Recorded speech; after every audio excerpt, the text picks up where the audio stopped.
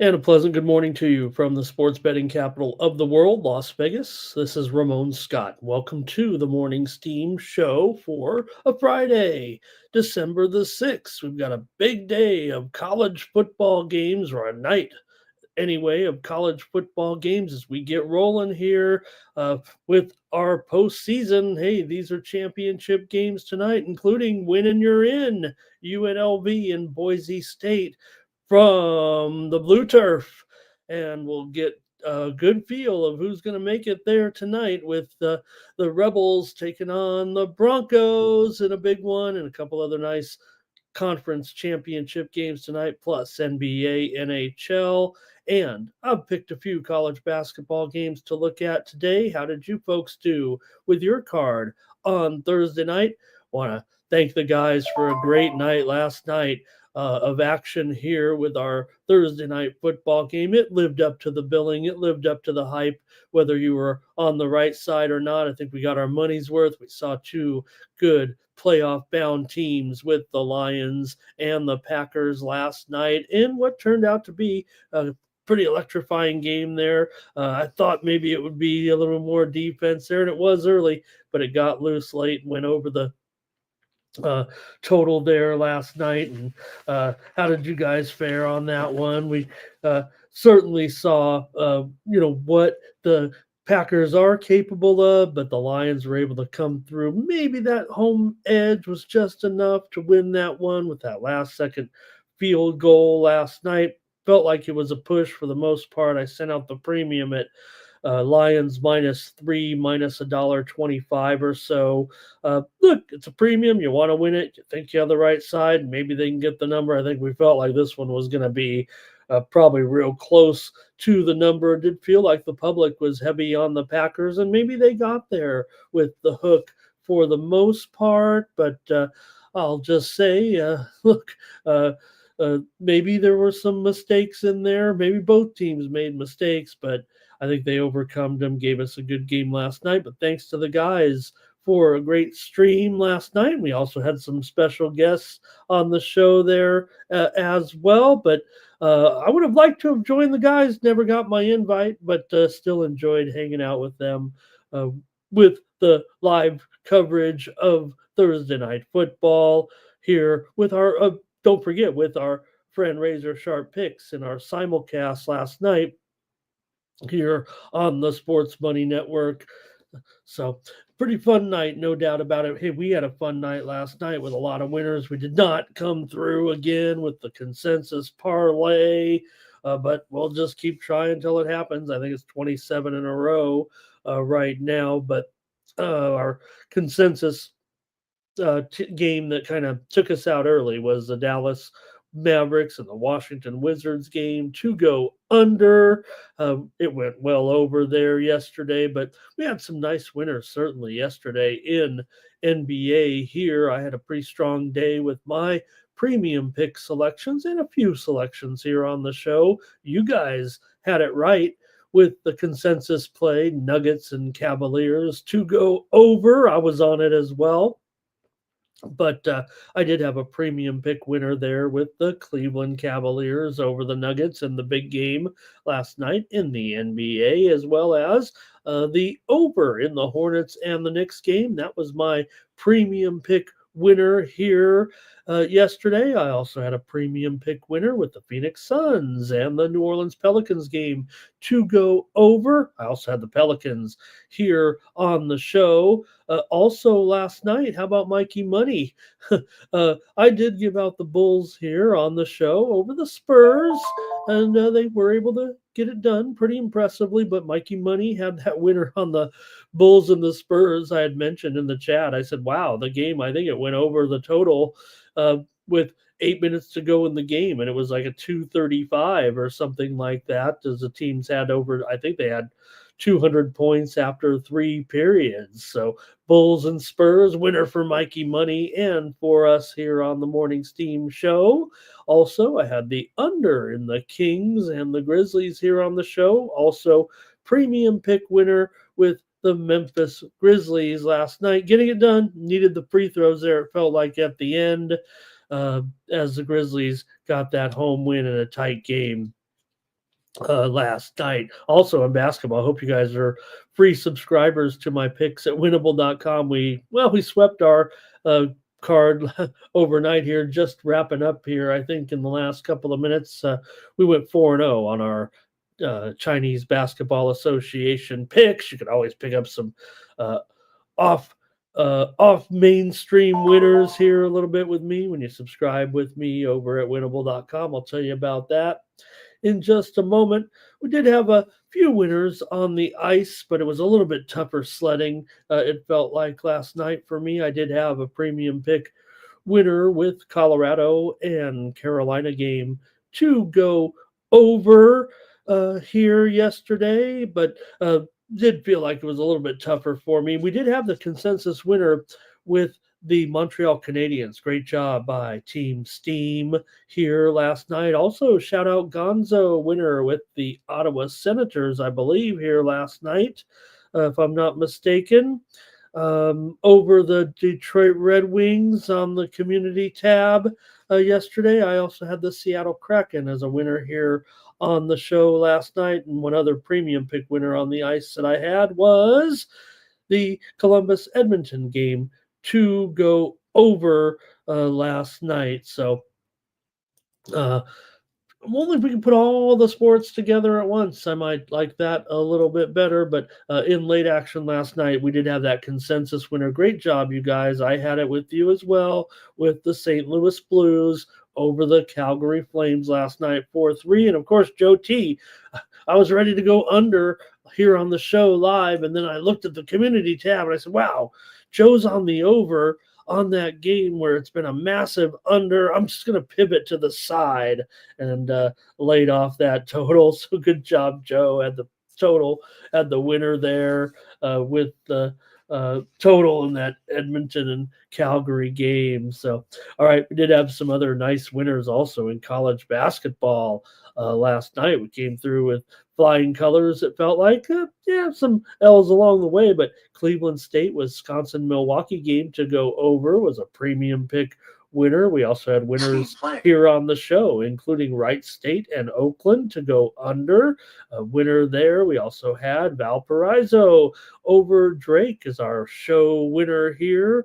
Also had UC Davis last night over Cal Poly. Felt like a pretty solid win throughout yesterday. And also a late night action winner, wake up to the money, if you will, Riverside and Northridge game here to go under. That was our winner here yesterday in more college basketball action.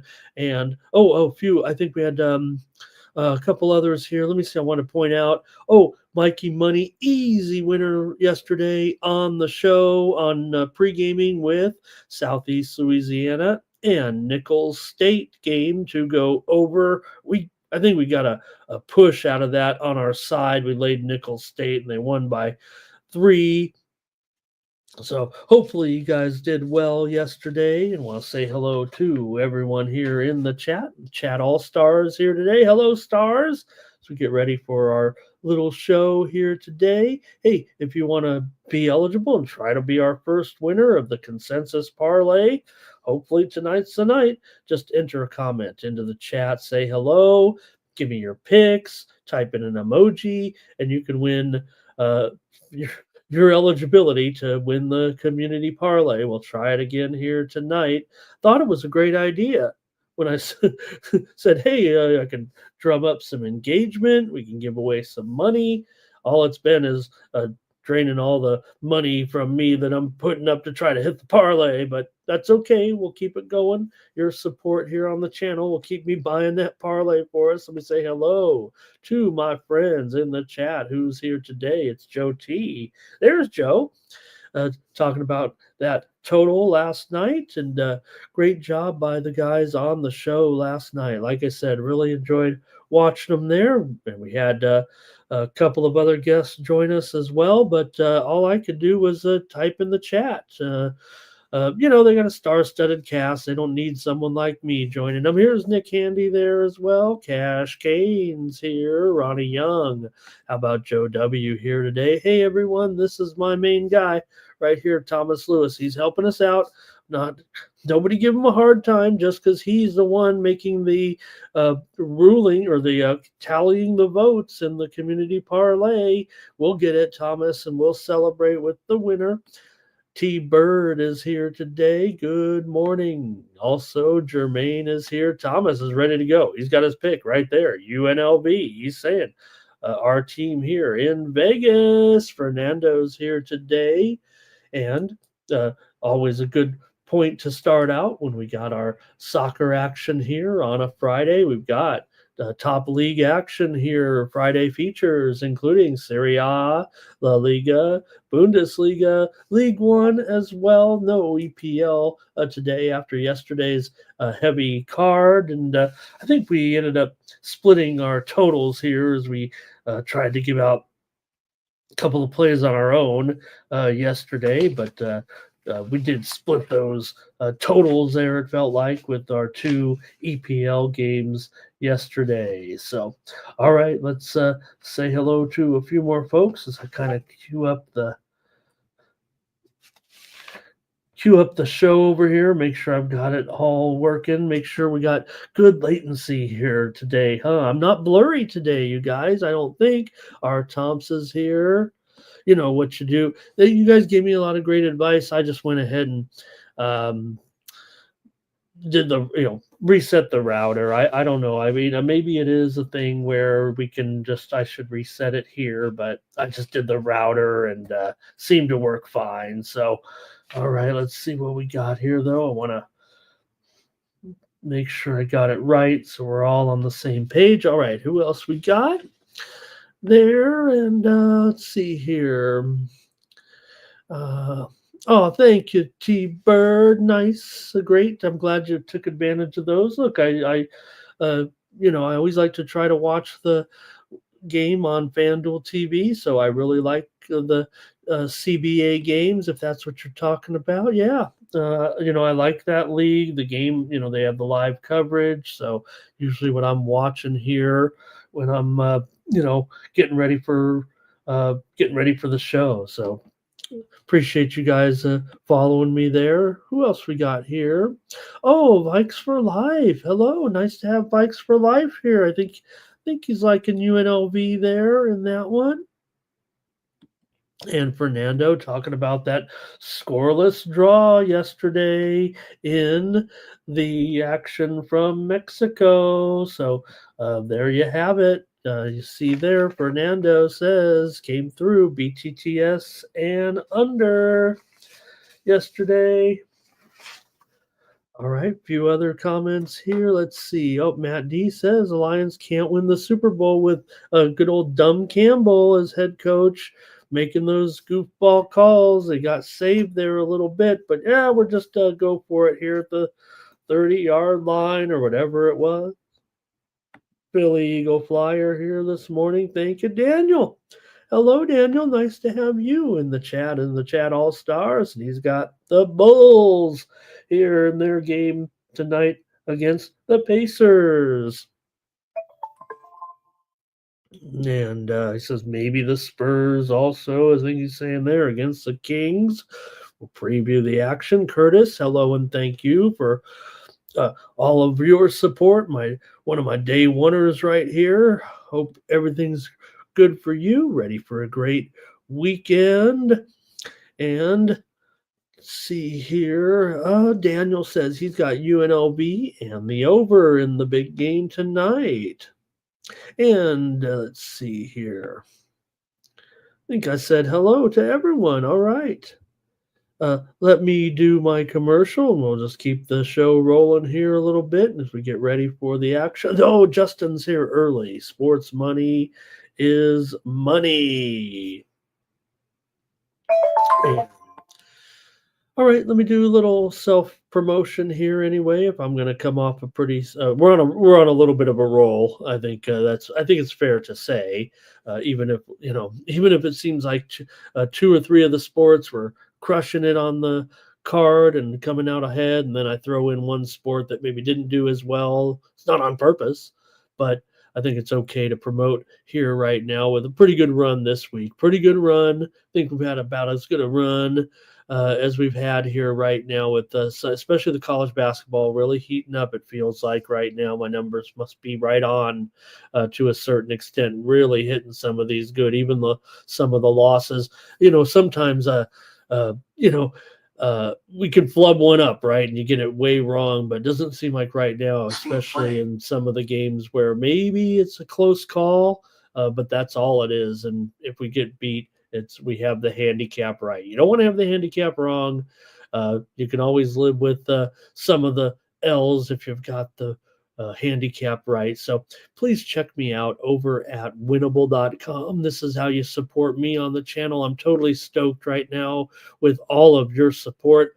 Funny how that works out when I'm at least clicking a little bit on the picks there, the subscriptions go up, and yeah, it helps out with me waking up in the morning and coming in to get you guys a little preview here before all the shows start or before you guys go off to work or whatever. That's why we do a morning show. So if you want more action from me as the day goes along, this is how you get more picks from me. I'm hopefully going to give you a bunch of winners here on about 20 games in the next 90 minutes or so. But the work doesn't stop for me. Yeah, sometimes I go take a little nap in the morning after the show, but except on the weekends, of course. But then we fire it right back up and get you the plays, usually within the sometimes on the weekends we'll be sending it out overnight when it's a huge card, like maybe tomorrow might have an early release card, but come at you with really the best late information to make sure we're on top of it. This is how you subscribe to the plays. Click on the QR code in the lower right hand corner or go to winnable.com/Ramon. It's a browser based delivery for me with totally secure e-commerce powered by Stripe. So for just $20 a month or 67 cents a day, 50 cents a day if you use the promo code STEAM, going to get some nice selections from me, my best plays here. I go through it in the morning. I say, this one looks like a premium. I'm not going to give it out on the show. Maybe we'll check it back later. Maybe it is going to be a premium. And this is how you get those plays from me. You get good plays here, I hope. Sometimes it has to be the, next best play because these are my best plays over at winnable.com. So please check it out over there and really appreciate all your guys' support. The way we've been doing it here right now, I used to charge $25, $35, $45 over on a very popular website, network of websites, and a big channel, right, that have more than well over 40,000 subscribers. And I came over here to be a part of this with Mikey Money and these guys. And man, we're growing fast. So, and I reduced my prices, 90%. So this is the way I want to deliver my information to you. So please take advantage of that by subscribing to the plays there over at winnable.com/Ramon and use that promo code STEAM. And I don't know if anybody notices, but some of the longer term subscribers, if you're subscribing, I mean, I'm in control of the whole thing. I have a little dashboard, and everyone that subscribes for a couple of days or a week or a month, I just tack a few extra days on there. And if I have a crummy day, I go on and put some more days on there. So it's not about all that money for me. It's about the support you're giving me. So I want you guys to be on board with me, and that's how you do it over there at winnable.com. It comes up on your device or phone, really cool. Looks really good, and you can tell you're at the right place if you go over there and it looks like this, right? You go up there, and there I am right there, and it just comes up real smooth. You can subscribe to the premium pick selections, like I said, a month for $20, just like that. And it's Apple Pay, Google Pay, whatever you guys like. A nice phone that I finally got there, the iPhone, the new iPhone, and that's how you subscribe to me over there at the winnable.com. And again, there's a free subscription as well. If you're like, hey, this guy, whatever, why not try it out? The free subscription, it's absolutely free. And I just sent out 4 winners last night. So you can subscribe there and get some free picks as well. All right. Thank you for listening to that. Let's say hello to a few more All-Stars and then get the show started with our 3 fun college basketball games tonight. It's going to be awesome. College football games. We did pick a few college basketball games. Pretty light schedule, but man, we'll be firing tomorrow on college basketball for sure. Say hello to a few more in the chat. Who do we have here? Super True Story. Hello. And Oldie, good morning, and thank you for stopping by. Ray Otachi, hello. Gravy Betts is here today. Thank you, Gravy. And let's see who else. That might be it for now. Elliot's here as well today. Good morning. All right, we'll kind of get started here. I don't know if there's any other major headlines that are earth-shattering here this morning that we're looking to, or anything that has kind of broken here over the last 24 hours that we could talk about. I mean, obviously here with the game last night, Jake Bates hit that field goal with with no time left on the clock. Oh, I know what I want to mention about the game. We did see some, good play from both teams, certainly, as the Packers rallied there. Goff, 3 touchdown passes, but I wanted to shout out my man, Tim Patrick. Guys, Tim Patrick is a freak of nature, it feels like to me. When you watch Tim Patrick as long as I have, I was almost on the verge. Good thing I wasn't on the show with those guys last night. I sent them all. I sent all 4 of the guys on the show last night a DM. I said, hey, I know this man, Tim Patrick. I've talked about it a little bit here on the show before about how long I've been following this guy. But if you hadn't seen, let me see if I can bring it up here and show you. I've been watching Tim Patrick a long time, fam, and I just wanted you to check this out. Here, I don't claim to be the best sports photographer in the world, or even a great, I've been a media, I'm here making pics or whatever, but also I'm kind of a media guy too. And I've been covering Tim Patrick. Look at this, you guys. Here, if I can blow this up a little bit. Right there, Tim Patrick here. I've been watching since junior college football. That's the route he took here. He's from San Diego. There he is. Look at these pictures here that I snapped. These are 11 years old. I was out covering Tim Patrick and playing junior college football. Look at this right here. Patrick running with the ball. There's that catch again. That was a second shot. You can see it's a little bit different shot right there. See how the arm is on the leg, but on this one it's not. I was taking a rapid with my camera. And this was 11 years ago. I think I had a DSLR. I want to say it was Oh, if you're into photography, should know now. I should remember now. A Canon. Oh God, I can't even remember the name. And look at this one. That's a touchdown. That was a touchdown right there, Tim Patrick. And I said in my tweet, Lions receiver Tim Patrick has been at it a long time. Here he is in action at Grossmont College in El Cajon, California. That's the junior college team that I cover, and I still cover them today. They're not very good. They won a national championship in 2005. It's a mythical national championship in junior college football, obviously, but they're falling on hard times a little bit. My team, my junior college team that I've covered, reported on my entire life pretty much, and really happy to see Tim Patrick basically was a star of the game. It felt like. So hopefully you guys saw that okay there, but I just want to show those pictures a little bit of my man Tim Patrick. Suffered 2 knee injuries to get to this point.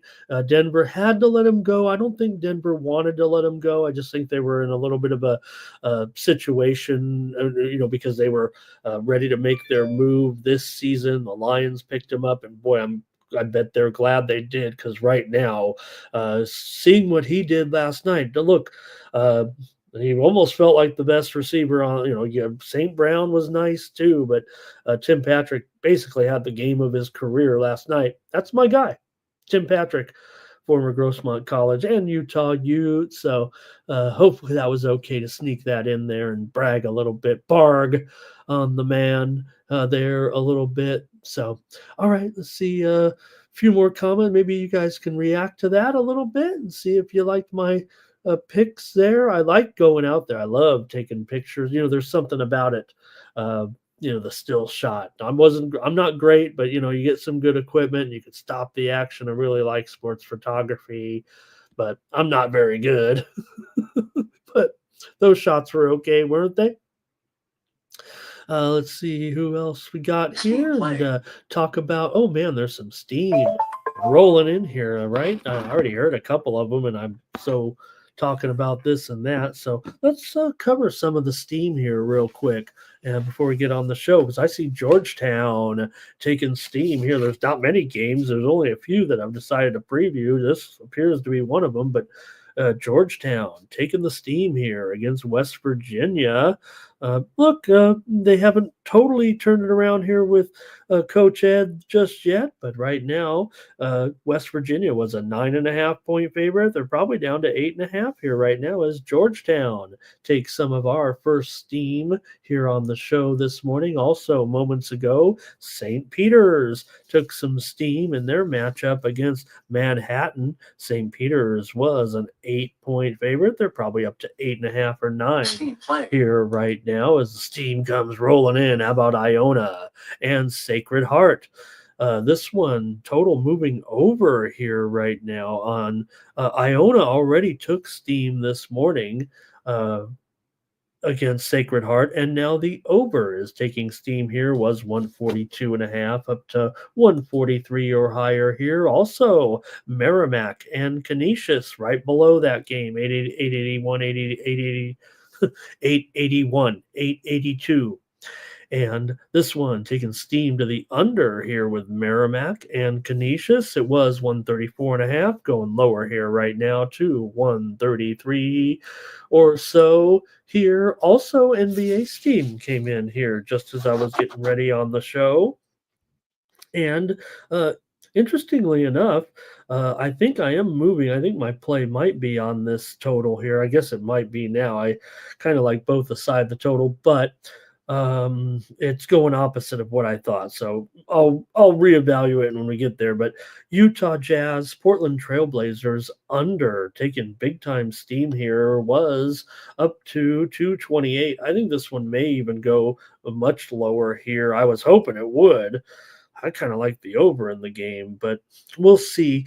Utah, Portland game total moving under 228. I think this one could run down a couple of points here, really. We'll see what the bettors do here, but I'm glad it's moving that way. I might just have to pivot there because maybe it'll be a premium for me the other way. I hope I don't get burned by the Sharpies, by the Sharps in that one. All right, that's a look at some quick steam. There's been plenty of it here already this morning, despite our abbreviated card. So, hey, we got about 65 of you in here right now, so I think we can kind of get ready and roll with the show. I think we covered it all, right? Josh Jacobs, I guess, was also a big star in the game, but they were end up on the losing end. He did have 3 touchdowns in the game, but my man Tim Patrick had the big one. So, all right, let's get ready to get moving here with the show, and I'll bring up the graphics for our college football here. Oh, here we go. Oh, here we go. All right. Uh, let's start it off in this one with the championship action here tonight and go to the American Championship game.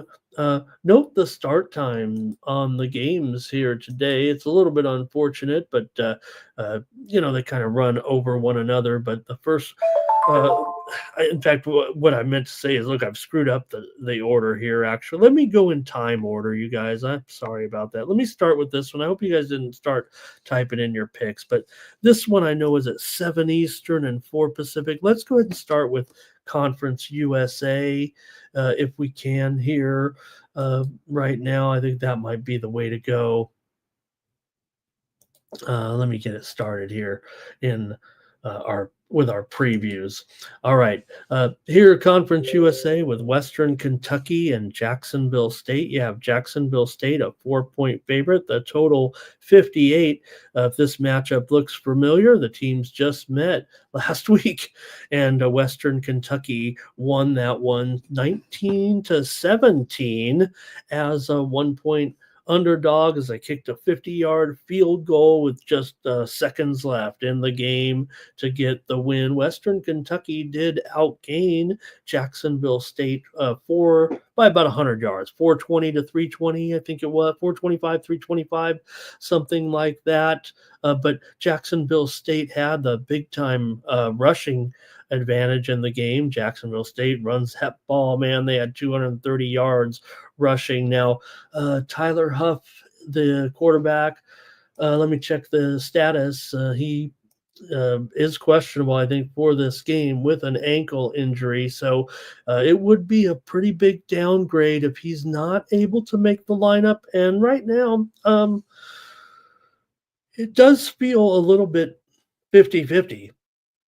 Actually, here, I don't know if it's necessarily reflected in the line currently. In fact, I'm showing maybe I should bump it up to 4.5 here. So maybe that is interesting news here right now. I'm seeing mostly, um, 4.5 here at some spots. I even see a 5 out there at this point. So maybe a little bit of movement here for Jacksonville State. So, look, I think Jacksonville State can be able to take a little bit advantage of Western Kentucky's defense. But look, the score was 19-17 last game. You look at the matchup last year; it was 20-17 when these two teams met. So, I don't know. Maybe it is going to be a 60-point game. You see 58 there, but the last 2 meetings basically been 37 and 36 points in the last 2 meetings, once like this year and last year, once last year. So they're really gonna go off here and put up basically at least 28 points each here. What it'll be, 31 to 28 or so. It doesn't seem like that'd be the case, especially when you have a team that can really run the ball like Jacksonville State. So we'll see here in this one, but that does feel kind of odd with that big number.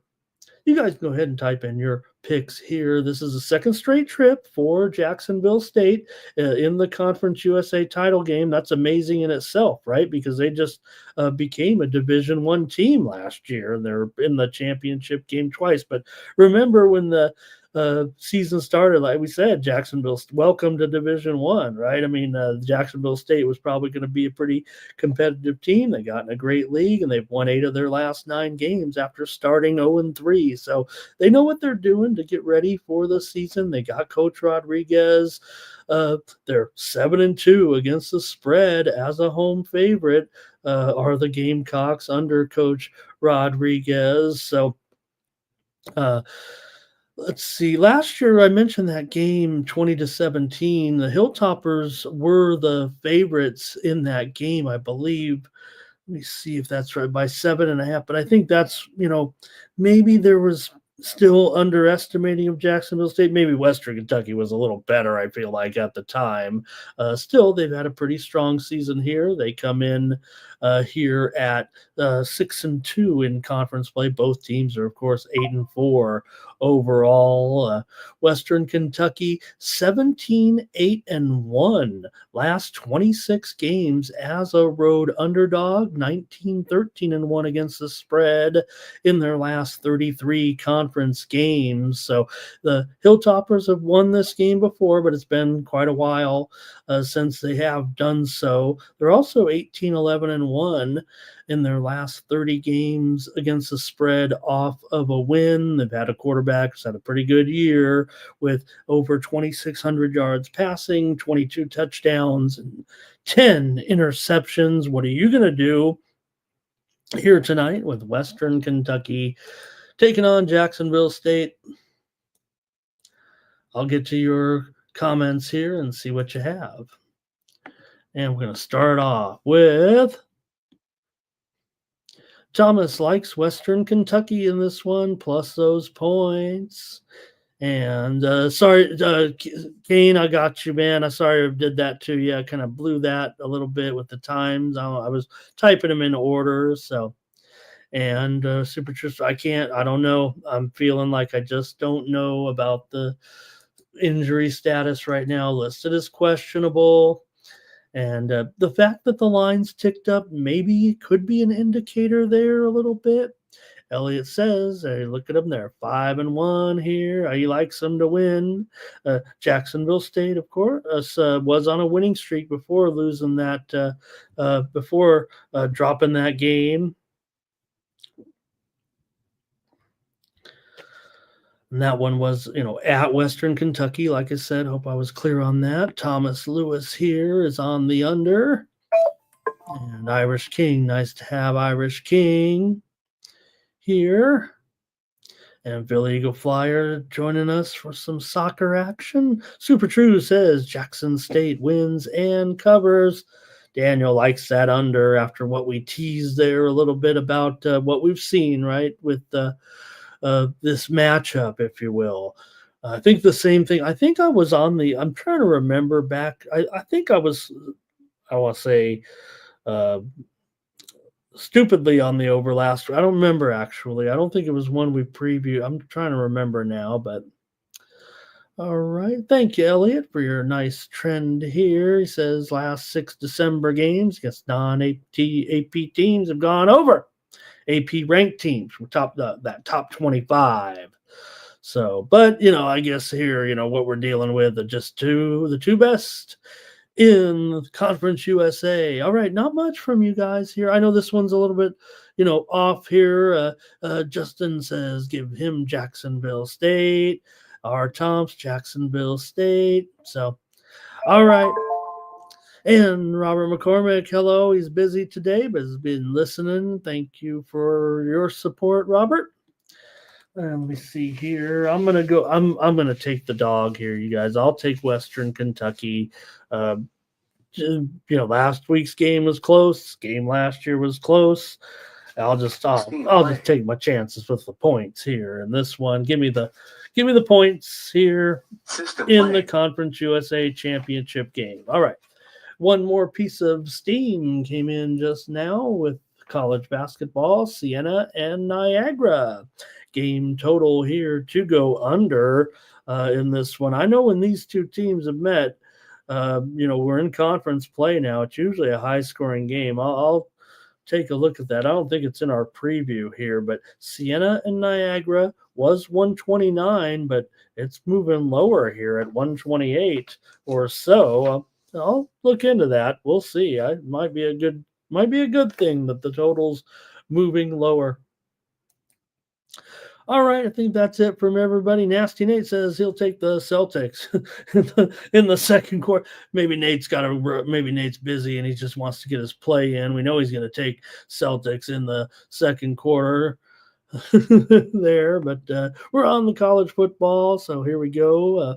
Enjoy that one. Not much from you guys, it felt like. So maybe I screwed it up because of the order here. How about this one with Tulane and 24th ranked Army here? But you got the ranked team here as an underdog at home in the Conference USA championship game. What gives here in this one with these two teams? How can that be? Isn't Army just having the one of the greatest seasons here for Army, at least in modern day time? Remember back in the day, those military teams were okay back, decades and decades ago. But these two teams have had a pretty awesome season, no doubt about it. But one thing's interesting about Tulane and their coach Sumrall.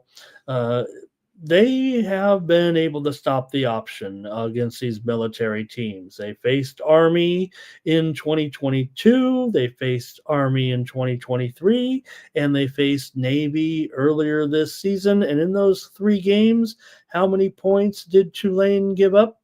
9 total in those 3 games against those teams. Now, this Army team, better than those other Army teams and Navy. The Army's better than Navy this year as well, but they do run the option, and well, Tulane stuffed them big time. So now look, Summerall's probably going to get another job after this, so you kind of wonder, he's done such a great job with Tulane, is the focus there or whatever here in this one?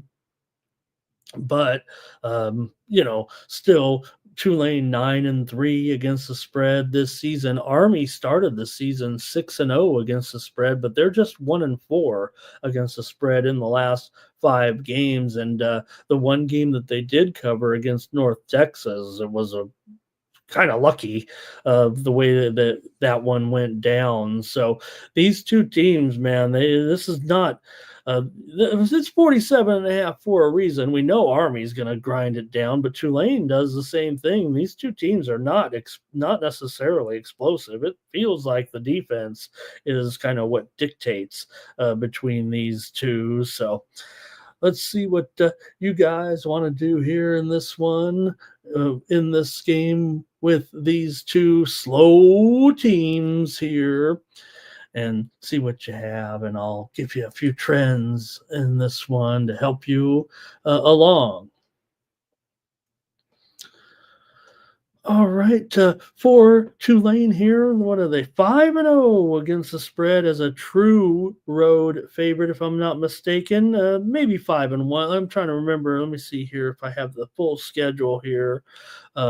Nonetheless, I mean, Tulane's been terrific against the spread. 10-2 their last 12 games as a road favorite, dating back to last season.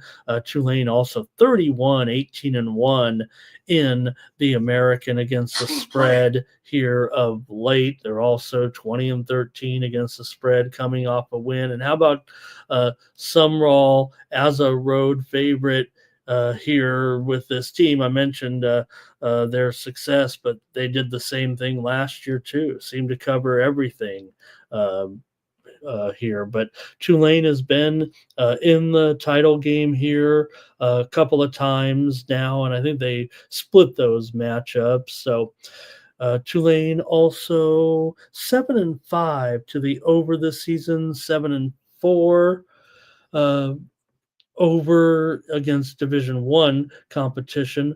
Army's only loss was to Notre Dame, so you got to certainly respect what they've done this year. It was 49-14. Remember, they lost that game in Yankee Stadium. So Army all they do is grind that run game. You know how it is with them, and they average over 200 yards per game. So Army and the American, it's worked out pretty good for the cadets. So Army 12-4-1, last 17 games off of a win. They've gone under in 3 of their last 4 games. Let's see what you guys have here. And I mentioned Summerall coming here to Tulane. I mean, he was with a different team before, but I'm just saying he knows how to stop the option. So let's take a look here and see what you guys have in this one with Tulane and Army. All right. Gonna start off with, there's Old E back there on Western Kentucky in that one. Thank you. Nate's working there. Thank you, Nate. Nice to, oh man, Nate having to work today. All right. Justin likes that, likes this one under here with Army. And what else do we got here? Bike says he likes this. What is he saying? He likes this card here. Is that what he's saying? 14 NBA games, Minnesota Wild. I don't know. I know there's not that many games, is there? I hope not. I think I only handicapped 7 of them. Thomas is on the under. Elliot says under big time. Our Tomps here is on the green wave. And Daniel says he likes Tulane here as well. Says they'll win it by 10. And, it's a consensus play. How about that? Tulane and Army consensus play here on Tulane. Okay. All right. I'll just tag along with the consensus if I can as my play today because I like the total. I think you guys got a feel for what I'm doing there, given what I've said here. But Elliot kind of likes it right on here. That'd be an under right there, 30-14. Joe T, he's on the over. Good morning to Joe. Here, great job last night on the show. I think Joe made the show, didn't you, Joe, last night? Like I said, I never got my invite, so I was just in the chat hanging out. Everybody got invited to the show but me, it felt like. All right. And that might be it from you guys in this one. Oh, wait, what?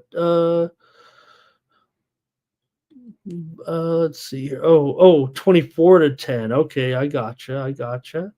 Thank you, Elliot. Appreciate you. And want to say hello to M. M says there are 14 games. I had to double check. Hello, M. Nice to have you in the chat. Tom Reghard, hello. And Jake Dye. Under in all 3 playoff games there today already. All right. Appreciate that, gang. And we're going to go to the last game here, I think. As I will say, so I'm on Western Kentucky, and I'm on Tulane with you guys. And that's our first consensus. All right. Oh, and a little prop here action from Gravy.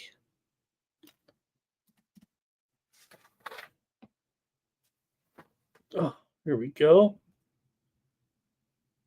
Oh. All right.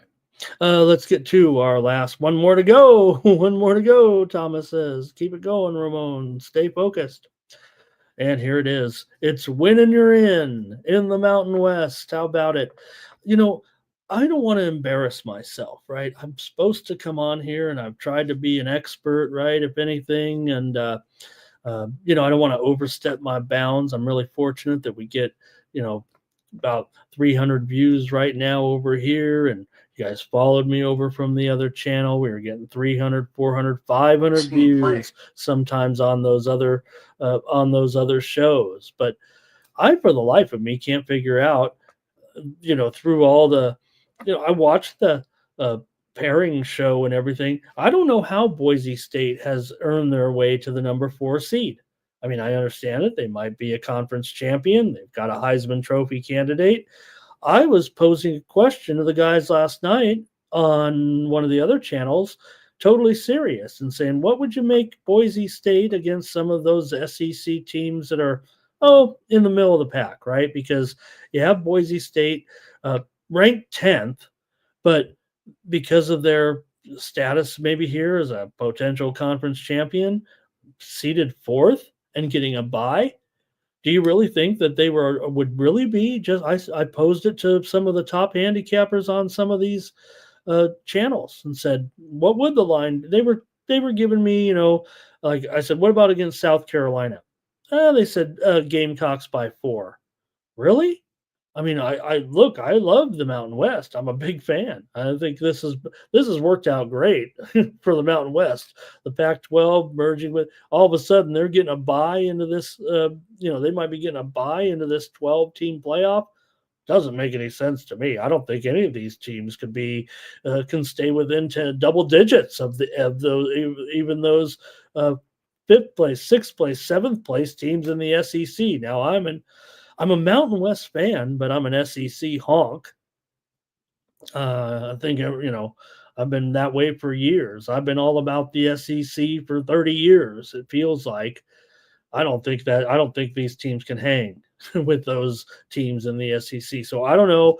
I always thought, and I said it in the last couple of years, we've been doing these shows with the little television show that they have with their little seedings, right? I think sometimes they pump the teams up to try to say, we'll give them a little token shout out here and make them fourth or with the bye.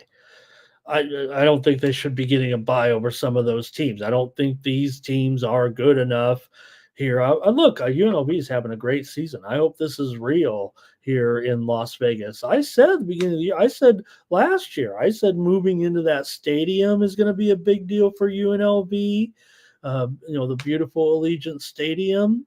I think that would help the program a lot. Obviously, they've done a great job with Odom here coming in and turning this program around. Now, these two teams, obviously, a second meeting here this season. Boise State won 29-24 at UNLV back on October 25th.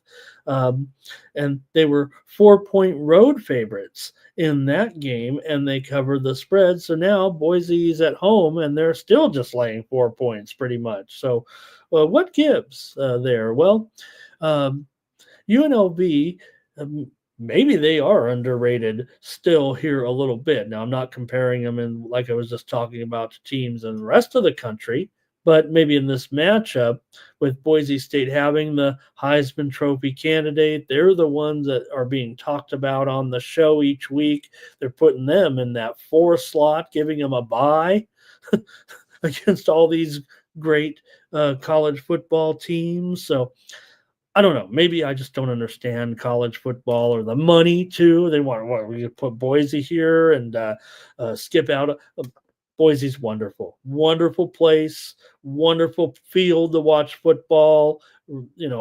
They've been there before. I get it. Remember the game against Oklahoma, the trick play to get the touchdown, the guy proposing to his cheerleader girlfriend after the game. It was a magical game, a magical season. And Genty has been all that. But UNLV did a pretty good job on Genty. Last time, UNLV held Genty to a season low 3.9 yards per carry in that game. So I think they'll have a handle on Ashton Genty here in this one. I'm going to take UNLV here to win this game. I kind of like it as a premium here. I might even take UNLV on the money line. Here, but it could be a one score. It is going to be a one score game. I think it's going to be a really look. I don't have to. The spread's right there, so I'm sure it's going to be a pretty good game. But Boise just has not been that tough here of late. They've failed 3 of their last 4. They barely covered in that game against San Jose, and UNLV's done a great job running the ball as well. Their season changed, it felt like, when the quarterback who, is certainly getting a lot of attention, it looks like, in the portal now. But remember, the quarterback said, "Oh, I'm not getting my money, so I'm going to transfer, or I'm going to go back into the portal here." And, well, be careful what you wish for, because UNLV is one win away from going to the college football playoff. Now, it could be Boise, it could be UNLV, but Boise's done a nice job defending what UNLV does have to offer offensively here a little bit, and they do probably a little bit better job defensively, chasing down the quarterback, because we know UNLV is going to pass a little bit more, but Boise's not explosive with Genty, especially with a good defense against him. Now, can he grind his way to 200 yards rushing or so in this game? Maybe. Maybe it won't be that much because UNLV is so good, but could they win the game with a strict rushing attack? Yeah, I think they could. And yeah, it could be close to that number here, but let me see here. I should update it, right? It's not 3.5 anymore, actually. It's mostly 4s out there, and even some 4.5s here right now. So, okay, if that's the way it's going to go, I want UNLV in this game. I'm going to sprinkle the money line as well in what figures to me to be kind of a toss-up game. And look, they get great crowd support there on the blue turf. Let me see if I can pass along a few trends to you here a little bit and see if this affects you guys, and see how you want to play it here with UNLV coming in with just one conference loss. Boise went undefeated. They're 11-1 here, and UNLV is 10-2. UNLV 6-2 under Odom as an underdog. Boise, meanwhile, 11-6 against the spread in their last 17 games as a home favorite on the blue turf. They're also 15-9-2 against the spread in their last 26 Mountain West games. I will say this: Boise just 15-25 in their last 40 games against the spread when coming off of a win. So, see what you guys want to have here. These two teams met in this game last year. Boise won it 44-20 as a 2.5-point favorite. The Broncos have won the last 7 games between these two teams and covered the spread in 4 of the last 5. UNLV lost both of their last 2 trips into Boise, but covered the spread in both of those games. So go ahead, gang, see what you guys want to do in this one. I'll take the Rebels here, and I don't know. I don't think it could be a homer pick. I've only been here in Vegas a few years now, so see what you guys want to do in this one. I have to go way back here to get Thomas Lewis. I think he's on UNLV. Justin's on UNLV. Elliot's on UNLV. Here, Elliot says 4 of the last 5 UNLV games in the Mountain West have gone over. I've got some steam to report to you here in a moment. UNLV here, I think Daniel says he'll take UNLV, I think. And Elliot says Boise's failed to cover the spread in December. And let's see what else here. Justin remembers the old Statue of Liberty play. I'm trying to remember the kid's name now, but that was a magical run there for Boise, remember? And Thomas remembers it too.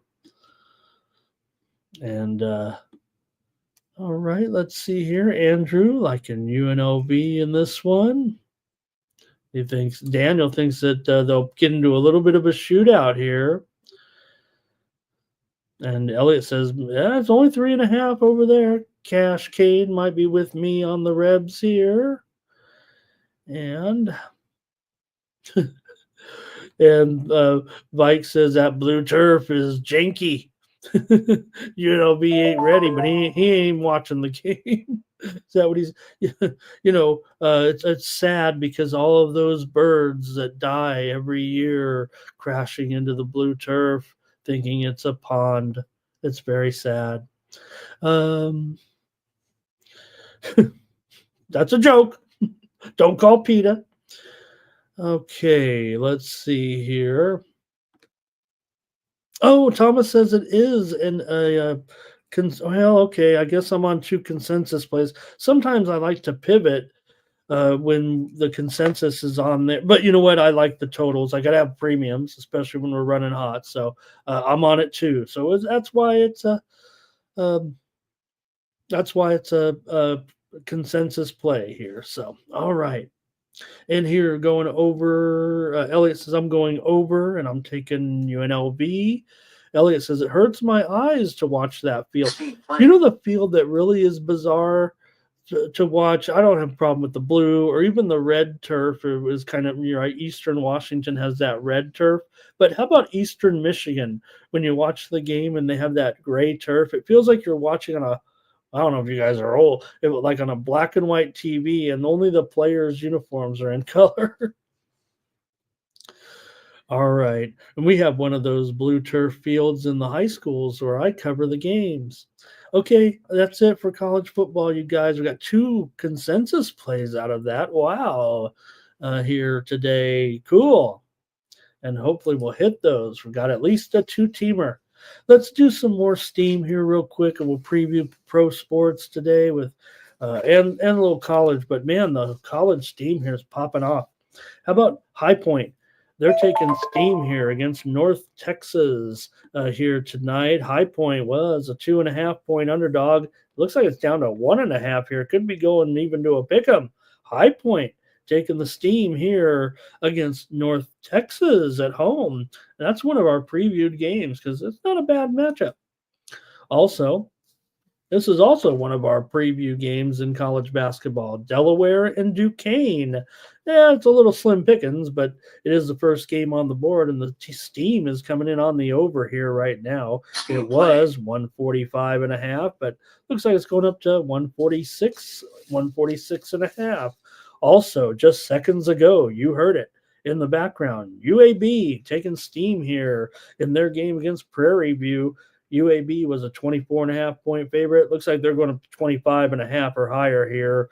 UAB taking steam against Prairie View. Also, more steam in a game that we were going to preview here. Miami of Ohio and Indiana. Game total moving higher here at 152. It was 151. It's up to 152 here. It looks like Miami of Ohio and Indiana taking steam here to the over. And also, I missed this one. This was the first one, but I did just mention that UAB steam against Prairie View. Also, the game is getting steamed, or did a few minutes ago.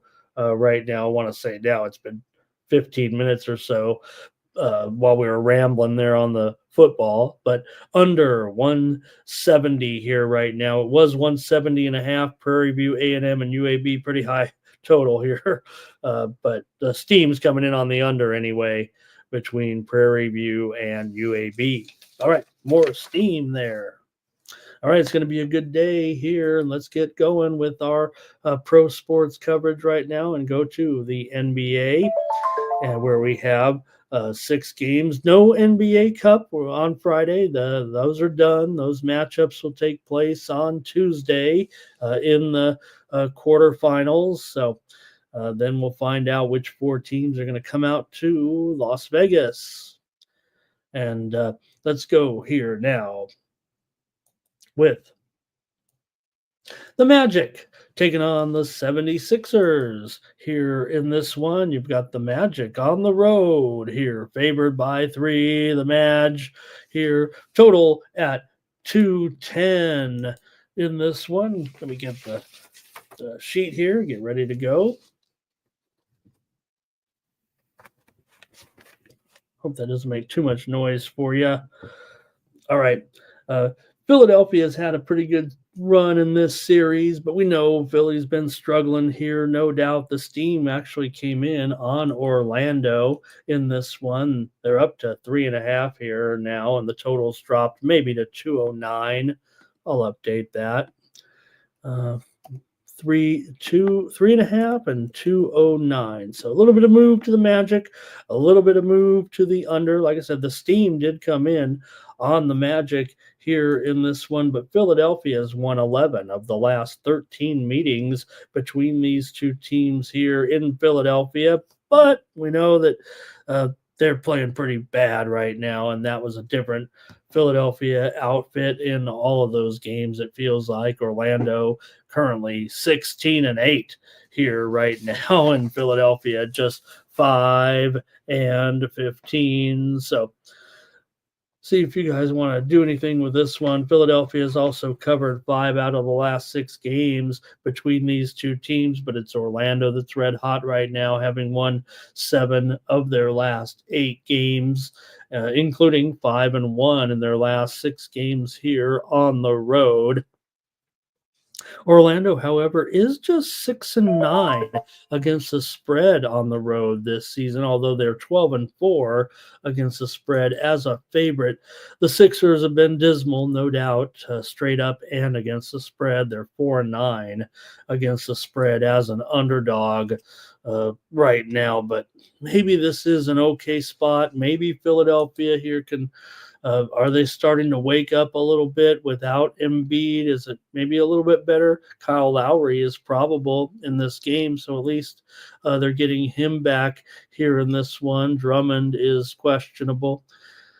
Gary Harris is out of this game for Orlando here. Gary, go ahead if you guys want to do something here in this one. Orlando has covered 9 of their last 10 games against teams that are under 500. And they've also gone under here in 12 of their last 18 games overall. They're also 5-11 to the under as a favorite. Go ahead, fam. Magic and Sixers tonight. And we'll start it off here with Daniel, 76ers team total over. And Elliot says the teams just played. What do you say? Magic beat the Sixers on Wednesday, or 2-0 against them on the spread. Only laying a couple of points here. Gonna have to go with the Madge, he says. Fernando's on the Madge. Can I call him the Madge? Here's Justin going over. And Elliot says 6 of the, what is he saying here? 6 of the last 7 games as road favorites have gone under the total as well. So he likes the under in this one. And Fernando leaning to the over, though, there. Jermaine likes the Sixers. Good morning to Wine Time today. Appreciate you. And Tom likes the Magic as well. Irish King, Orlando first quarter. Thomas says Orlando's a consensus play. Wow. Okay. I'll just let you guys do that because I don't really like the spot for the Magic. So let me pivot here. I'll just take the under here in this one. That was going to be my premium. I was going to give the Sixers a chance here. I agree with everything you guys said, and I just read a bunch of trends that say that, Orlando's been covering like nobody's business and Philly hasn't. I just thought maybe it could be a spot. Cash Kane may be feeling what I'm feeling here, that maybe Maxey can get off and these guys can do something here a little bit. Daniel says Sixers team total over as well. That's the second one we've seen, right, on the Sixers team total a little bit. But, oh, no, though, that was Daniel that said it earlier. So, okay, just give me the under here in this one. I'll go under. You guys are going consensus. I don't mind it. I like the total as a premium play, and I was, going to give it my best shot on the side. But I'll be here taking the under in this one.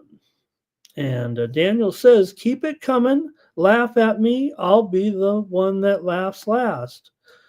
Are you guys, who's laughing at Daniel here? I'll take care of them, Daniel. All right. Clint says, any word on St. Bonaventure? I don't know what. Hi, Clint. Nice to have you here in the chat. I know this. They're the best spread team in the country. I think they're undefeated against the spread, the Bonnies, right? And we'll here take a look at the next one.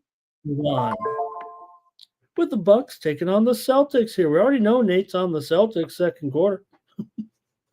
So you got the Bucks coming in 11-10. They're starting to pick it up a little bit. Boston here.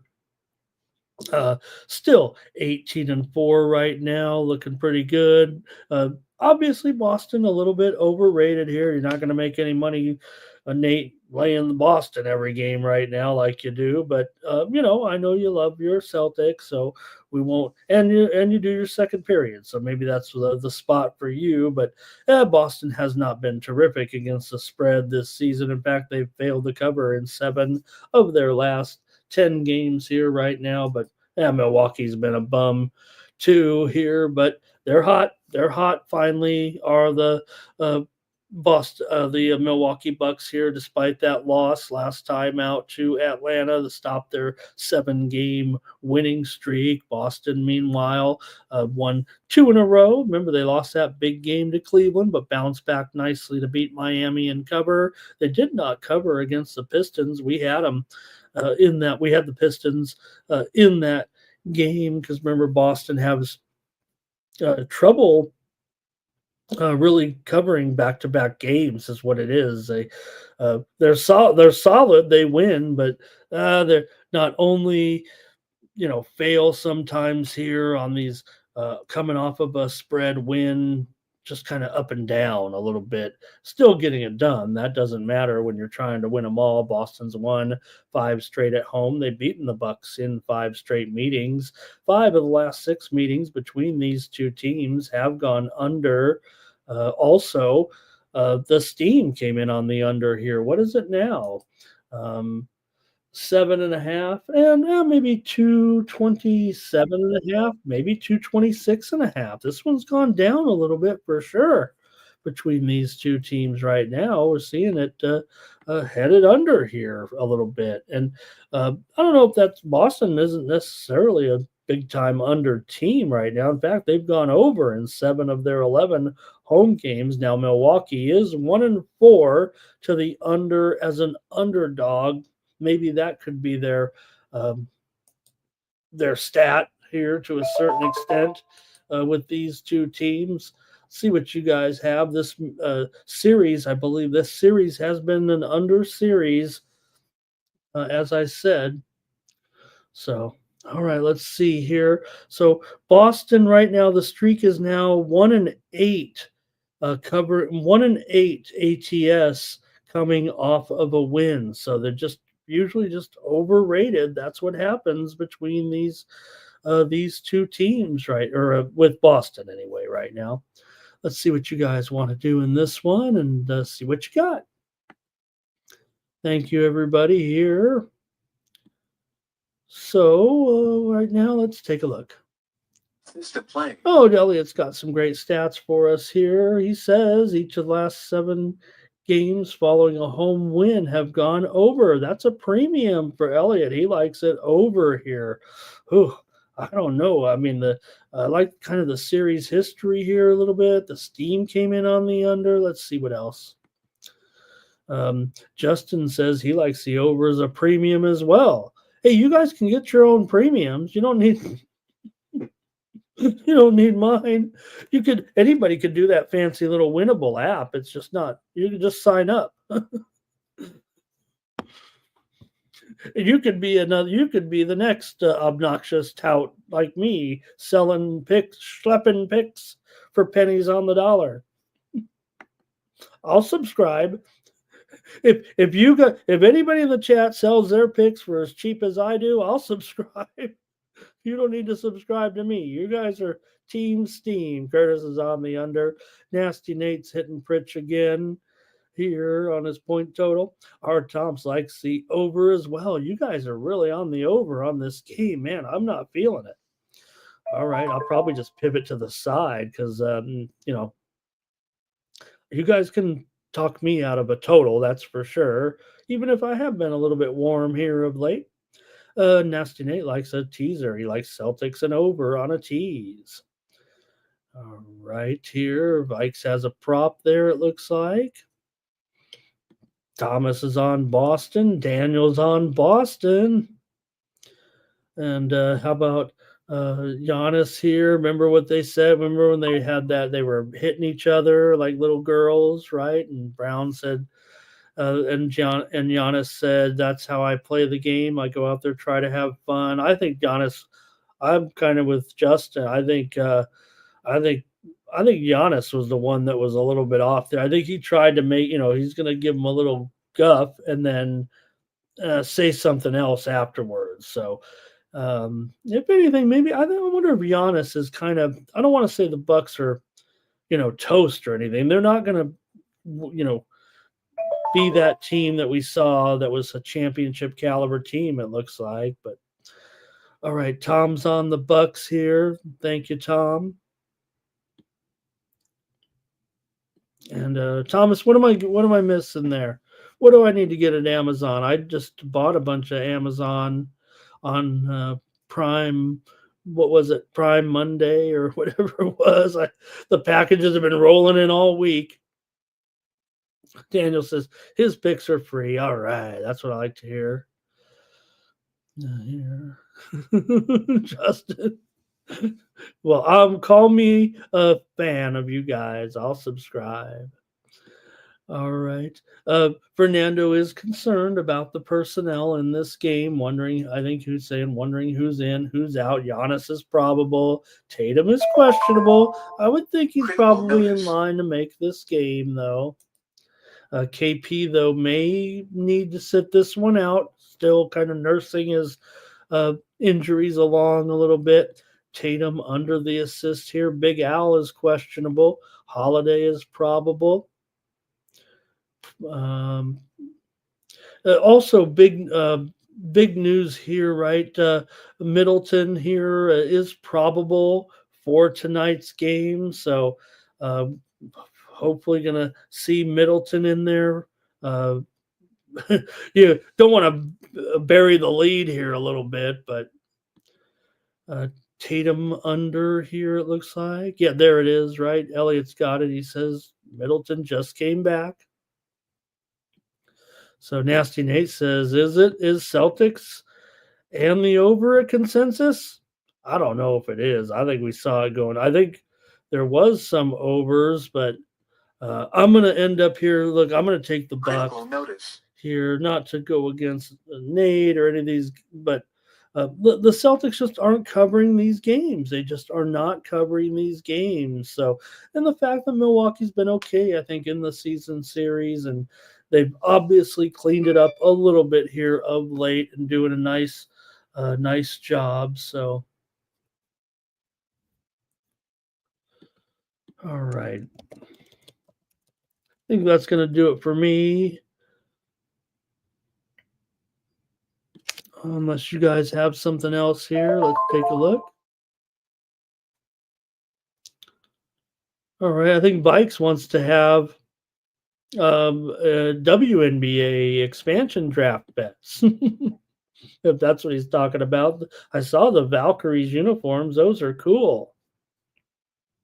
All right, give me the Bucks in this one. Let's keep moving on here with the Lakers and the Hawks right now. And the Lakers, they feel like a disaster here at this point. All of it, again, all of a sudden, repeat, put it on repeat. Right now, the Lakers here struggling, and they're just set out here on the road. It's going all bad already, and the Hawks are hot all of a sudden with a little bit of a winning streak here. Hawks are 12-11. They've won 5 in a row. The Lakers have lost 2 in a row, but all of a sudden they're ready to throw in the towel on the season and just total disaster. The way things are going, they failed to cover in 4 straight games. LeBron's all broken and everything. So the steam came in on the under. here in this one. The total, though, here still at 231. It was as high as 233.5. The Hawks are up to a 5.5 point favorite now. Uh, the Lakers are running bad here. I think that's all we can really do and all we can really say about it. 5 straight meetings between these two teams have gone over, but like I said, that steam did come in on the under. The Lakers have been going under. I think that might be the thought process here. They've gone under in 6 of their last 7 games, 7 of their last 10 overall. They're also 5-7 to the under on the road. But Atlanta at home, 9-3 to the over as a favorite. And 8-3 to the over at home, 9-3 to the over as a favorite for the Hawks. So see if you guys are gonna do anything with this one with Atlanta on this winning streak, and the Lakers are one. Let me make sure I got this right now. 1-9 against the spread in their last 10 games. So, doesn't feel real great right now for the Lakers. Here, see what you guys want to do. I don't know what else I can say. I mean, you guys are seeing it right now in real time. All right, here, let's see. Where am I going to start here? See some of these plays, but I don't know what game it is on some of these totals, you guys. Elliott says the Lakers have failed to cover the spread in 6 straight as dogs. Curtis is on Atlanta. Justin likes the over here in this one. Justin's on the Hawks. Oh, Fernando's on the Hawks. Elliott's on the Hawks. Little prop action here last night. And how about it, Bikes? Yeah, I just talked about Mikey Money having that over cash with 8 minutes to go in the game last night. Tom's on the Hawks. Tom is going to play a little money line parlay tonight. Fernandez's last time they faced off, though, the Lakers blew him out. Yeah, but that was last March. So, all right. And Elliott's got a little prop. Daniel's on the Hawks. A lot of Hawks action here, you guys. Daniel with a little parlay. Here's Cash Kane going over in this one. Verner's got some action there. And look at this. Here's our number 4 consensus play already. We've only previewed 7 games, and we got 4 consensus plays. Taking the Hawks as the consensus play. So, look, I don't mind that play here. I'll go with you guys in this one with the Hawks. I'll make it a unanimous. I'll put it in there with the consensus because I kind of like the total here. I kind of want to go with the total as my play, actually. You guys are on the consensus. So I'm going to go ahead and take the total over as my play, if you don't mind. I'll just switch it up a little bit. You guys are on the consensus with the Hawks. I agree with you, but I'll pivot and go with the over here in this one. All right, Sir Mackey's here today. Yep. They went from the Lake Show to the You know what, Sir Mackey? He's half kidding, right? But maybe there was a little chemistry. I mean, I don't know. I'm not saying Bronny I know he's kidding, kind of.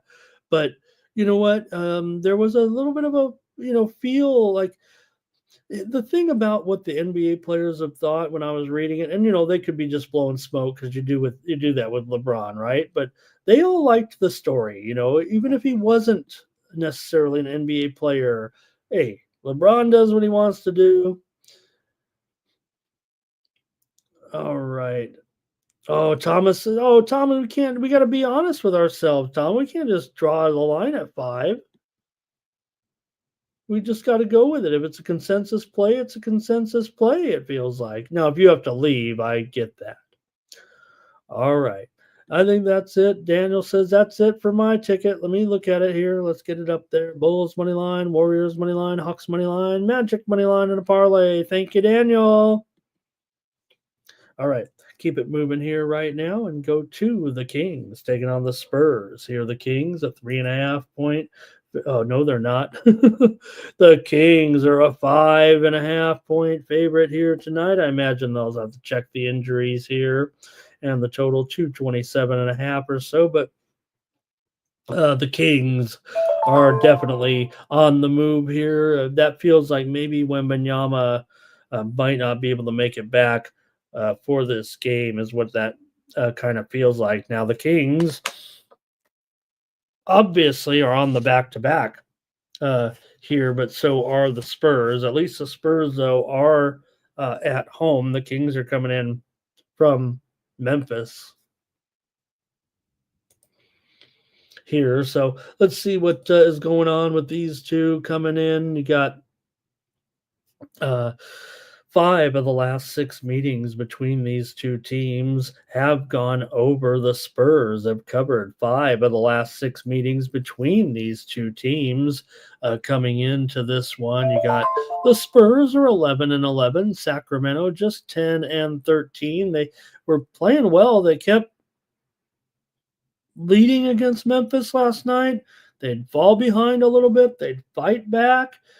And in the end, Memphis was just able to nip them, it felt like, at the wire. San Antonio has won 6 of their last 7 games at home when coming off of a loss. San Antonio has covered the spread in 4 straight games against the Kings coming in. The total's gone over in 5 of the last 6 meetings between the two teams. The Spurs have lost 2 in a row here coming in. Kings are just 2-8 against the spread in their last 10.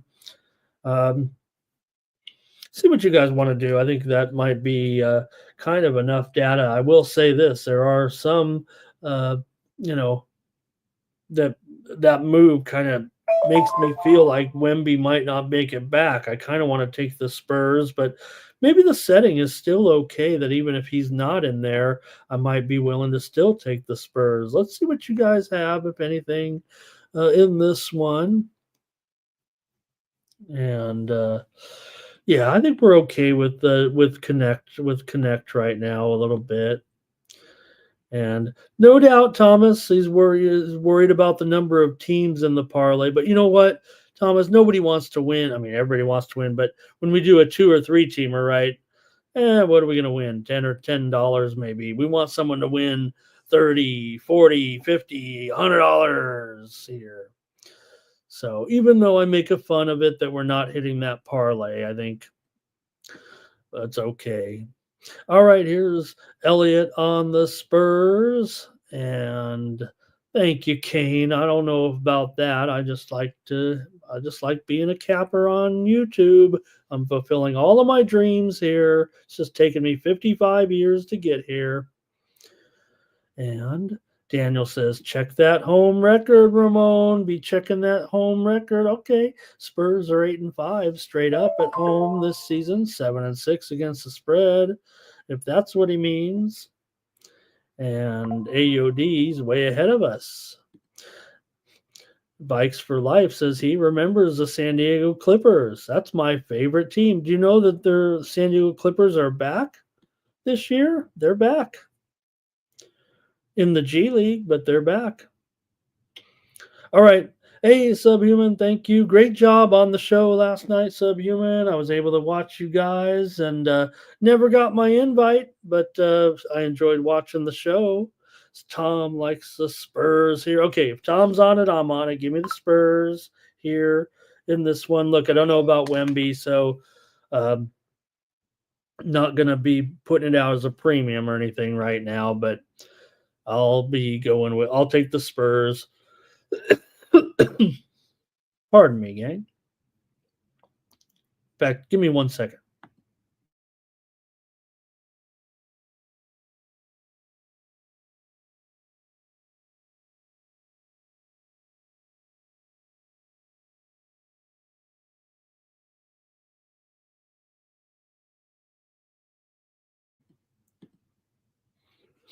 All right. Thanks a lot, everyone. Let's continue on here right now and move along to the Pacers taking on the Bulls Here in this one, you got the Pacers favored by 3. The total, 290.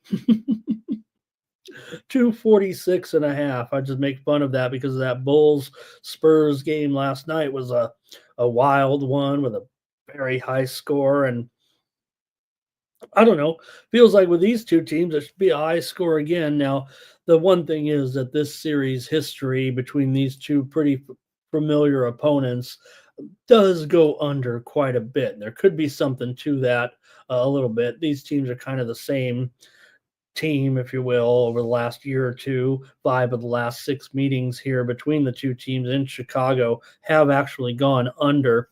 Indiana's 8-3 against 8-3 straight up here in Chicago in the last 11 games. So Pacers have kind of had their number a little bit, but this has been an underdog series against the spread 5 straight times. The underdog has covered. Pacers coming in here on a 4-game losing streak right now, and there are injury concerns in this game. Probably the most significant of them, other than Wemby, maybe, but Nesmith is out. No, he's up to questionable now. Nesmith is questionable here for Indiana. Kobe White is questionable, and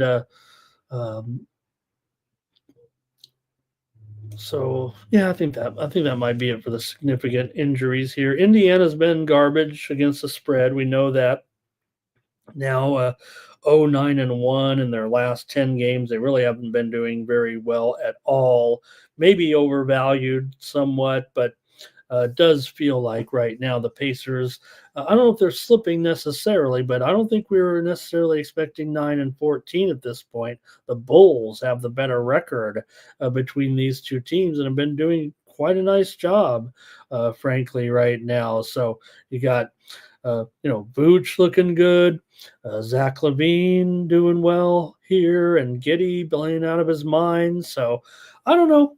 Maybe they're just thinking of the past here, but Indiana hasn't been able to put it together here necessarily. So let's see if you guys are doing anything here in this one with the Pacers and the Bulls. The Bulls have gone over in 5 straight as an underdog here. So I'm probably just going to take the Bulls in this one as my play here on the show. They've been the better cover for sure.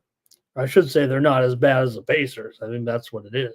Bulls have covered 6 of their last 10 overall. Like I said, these two teams are definitely over teams. They've combined to go 29-17 to the over, but when they've faced off, it kind of goes under. So go ahead if you have anything here with the Pacers and the Bulls. All right. Here, I think Spurs maybe for Fernando. Tom's on the Spurs. Oh, that was the last game. Did I miss the game there? Let's see here. Okay, Elliot's got, yeah, he says, he says, look at, he says that. 9-1. You don't be laying chalk on that. The Bulls are playing better. Giddy's definitely looking pretty good. I mean, make no mistake. Daniel says take him on the money line. I kind of agree. Elliot's got a prop here. Tom says take the Bulls.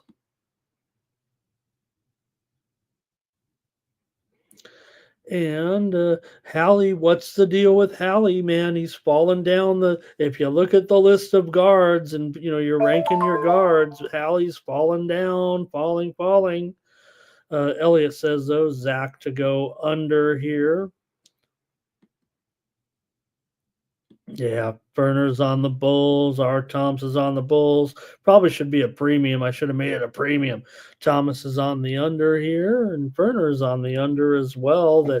Right? Here's the thing. Yeah, they could be going over, but when the Pacers play the Bulls, maybe there's a little something to that. It's not like these are two different teams than in years past. If maybe the Pacers are not playing up to their standards of what we've seen over the last couple of years, but they haven't been world beaters, and the Bulls, they're trying to still find their way a little bit. Sub says you can still take Vooch's threes here a little bit.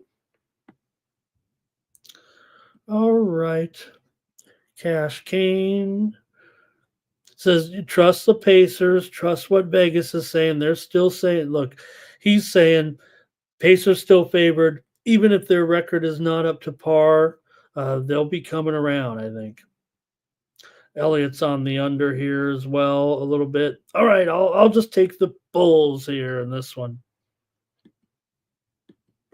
One more right now. Here, a couple more right now with the Timberwolves and the War. You guys have been talking about this one in the chat. The Warriors breaking that losing streak finally in that game, or breaking their own losing streak, but they extended that winning streak over the Rockets to 16 games last night. Not a great pick by me.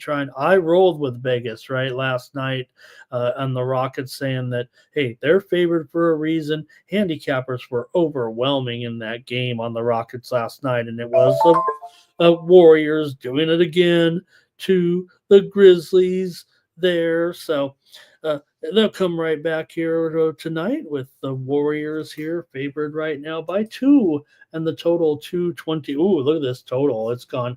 I'm going to say that I had a typo actually there, though. It was never 221. In fact, this total has actually gone down a little bit from 226 or so down to 225 or even 224 and a half. So let me just correct it. It was a typo, fam, on this one.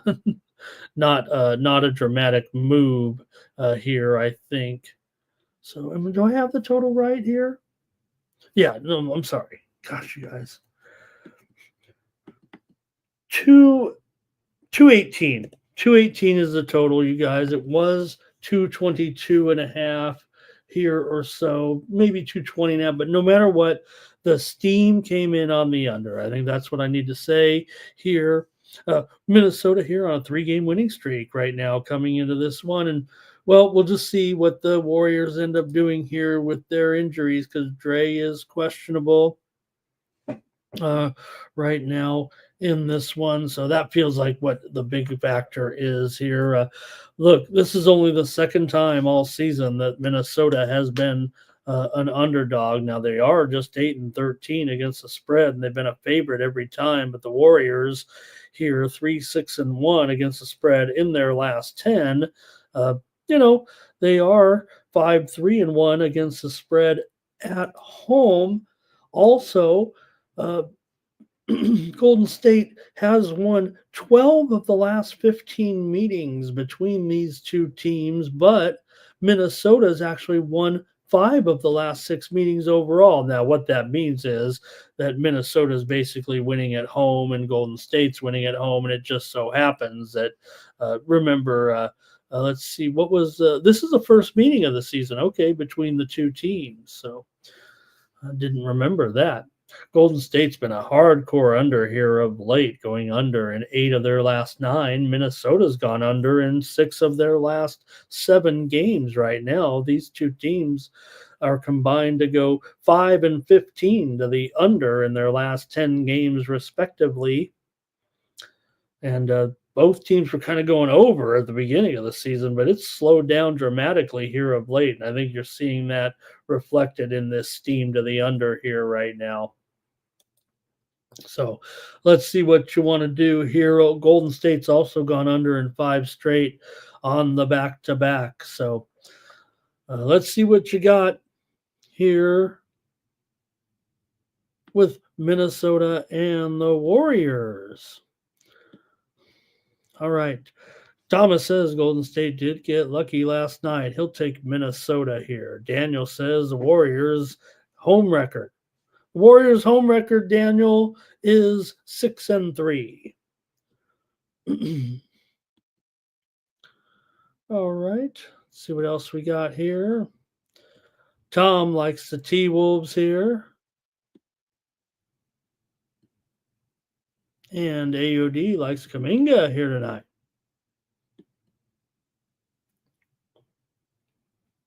And Elliot talking about those back-to-backs as well.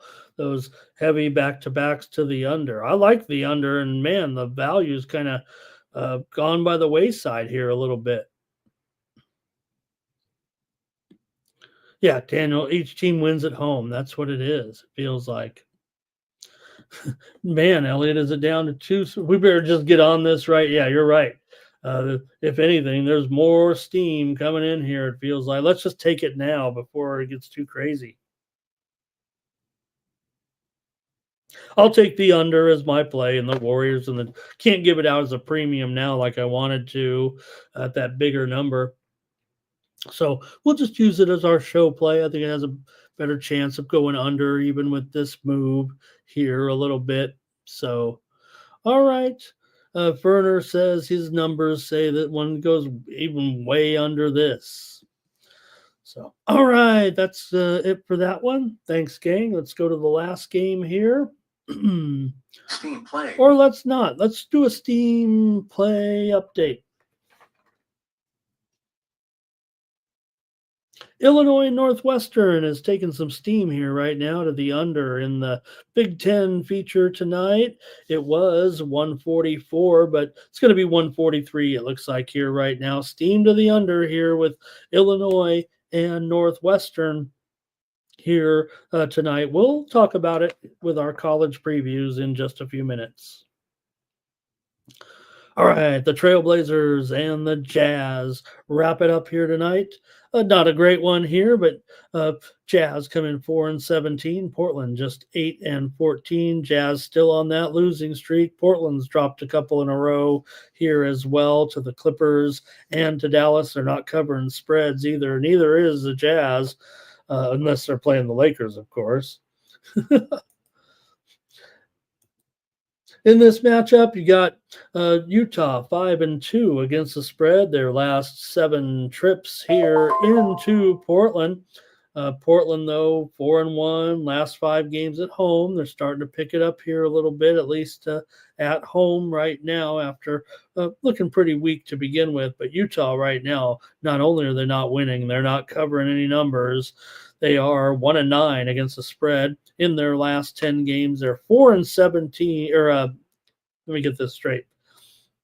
4-6 against the spread their last 10, 1-9 straight up.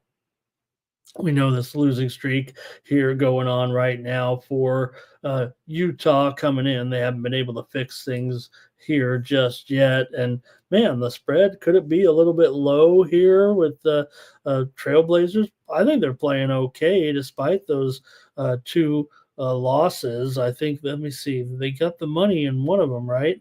Oh, no, they failed against the Clippers and Dallas. They did win and cover against the Kings. They got the money against Indiana here. So still, Utah just 2-8 on the road so far this season. Utah's lost, let's see, 8-12-1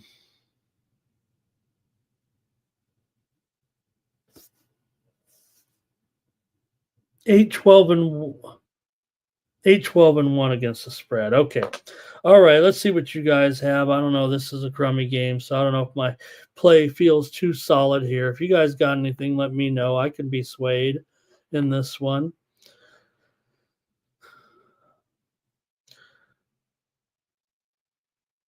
And Elliot gets us started. He says the Trailblazers have covered the spread in 4 of their last 5 off of a loss. Cash Kane likes the Jazz, though, to win this one outright. Does feel like they have a pretty good. Here's Andrew G. Hello. Nice to have you today. Good to see you. Tom Redcard likes the Blazers here in this one. And he likes them plus 2.5. They are favored by favored by 2.5. The total here, 225. Elliot's on the Blazers here. And I think Thomas is on the Blazers. Ferner's on the Blazers here as well. I kind of like the Blazers, you guys. Steam did come in on the under here in this one. And Portland is a consensus play here for says Thomas. So I'll pivot. Here. This is a consensus. You guys like Portland. I'm okay with that. I'll take the over as my play here with these 2 teams. I respect the steam that came in. And yeah, Portland has been going under. But for me, I'm going to take the over here in this one. Utah's been giving up some points big time on the road. So I will go under.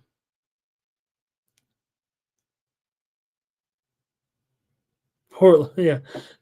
Portland's first game is a favorite all season. Cal Bear, first comment of the day. Cal Bear, you hit it right on the nose. And I think for me, that's kind of why I'm on Portland here a little bit. Okay, that's it for the NBA. Daniel got, what did you get, Daniel? What did you get for breakfast? Let me know. Because I'm going to need a little breakfast here, too. Let's go to the NHL. Keep this show rolling. You mean over? Yeah, I went with the over. Is that what I said? I'm on the over here with the Jazz and the Blazers. Let me make it clear in case I said the wrong thing. Thank you, Elliot. I meant the over. Steam is on the under. I want the over. Thank you, sir. I may have said it wrong, but you understood my what I was feeling. All right, here we go. NHL. Let's get it going here right now with the Capitals taking on the Leafs.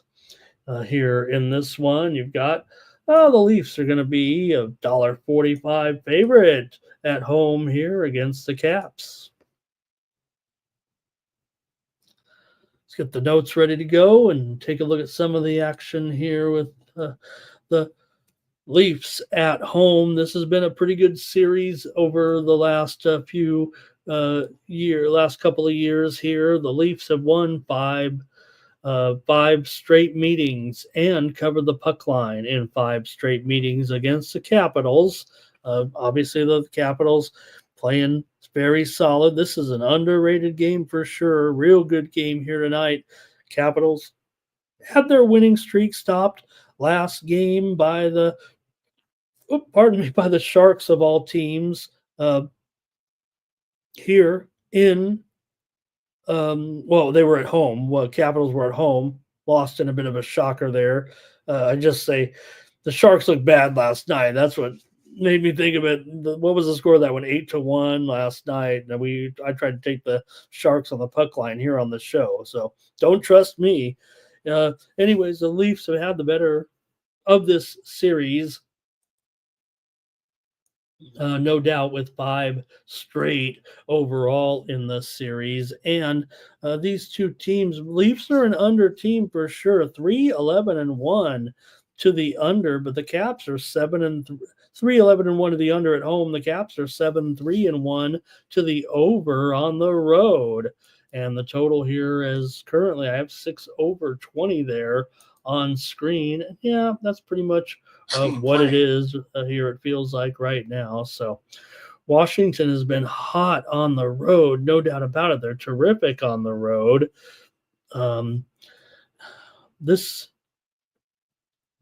Toronto, 7 straight at home under, coming off of a win. That might be the direction that I go in this one. Let's see what you guys have, if anything, here with the Caps and the Leafs. With Daniel went for the McDonald's, and I'm all about the sausage McMuffins still. Daniel wants the over, though, here. Elliot says 3-2 Leafs. And Philly Eagle Flyer says, first period, both teams score. First period over, Caps money line, and sprinkle the draw, I think is what he's saying right there. Cash Kane swept the board yesterday, he said. Well, that's good on Cash, because I had a few losses in there, so I better listen to Cash. I would have had a big night if I could have done something in the NHL last night. Well, we had a good night. We had a winning night again, but seems like we always have one sport where I can't get it going when we're hot. All right. I can't do the McGriddles, AOD. I don't know. The flavor of the McGriddle kind of overwhelms the sausage, I guess. Okay. Give me here. I'm going to take the under with the Caps and the Leafs as my play today. Under 6 in this one. Like I said, the Leafs at home, 3-11-1 to the under.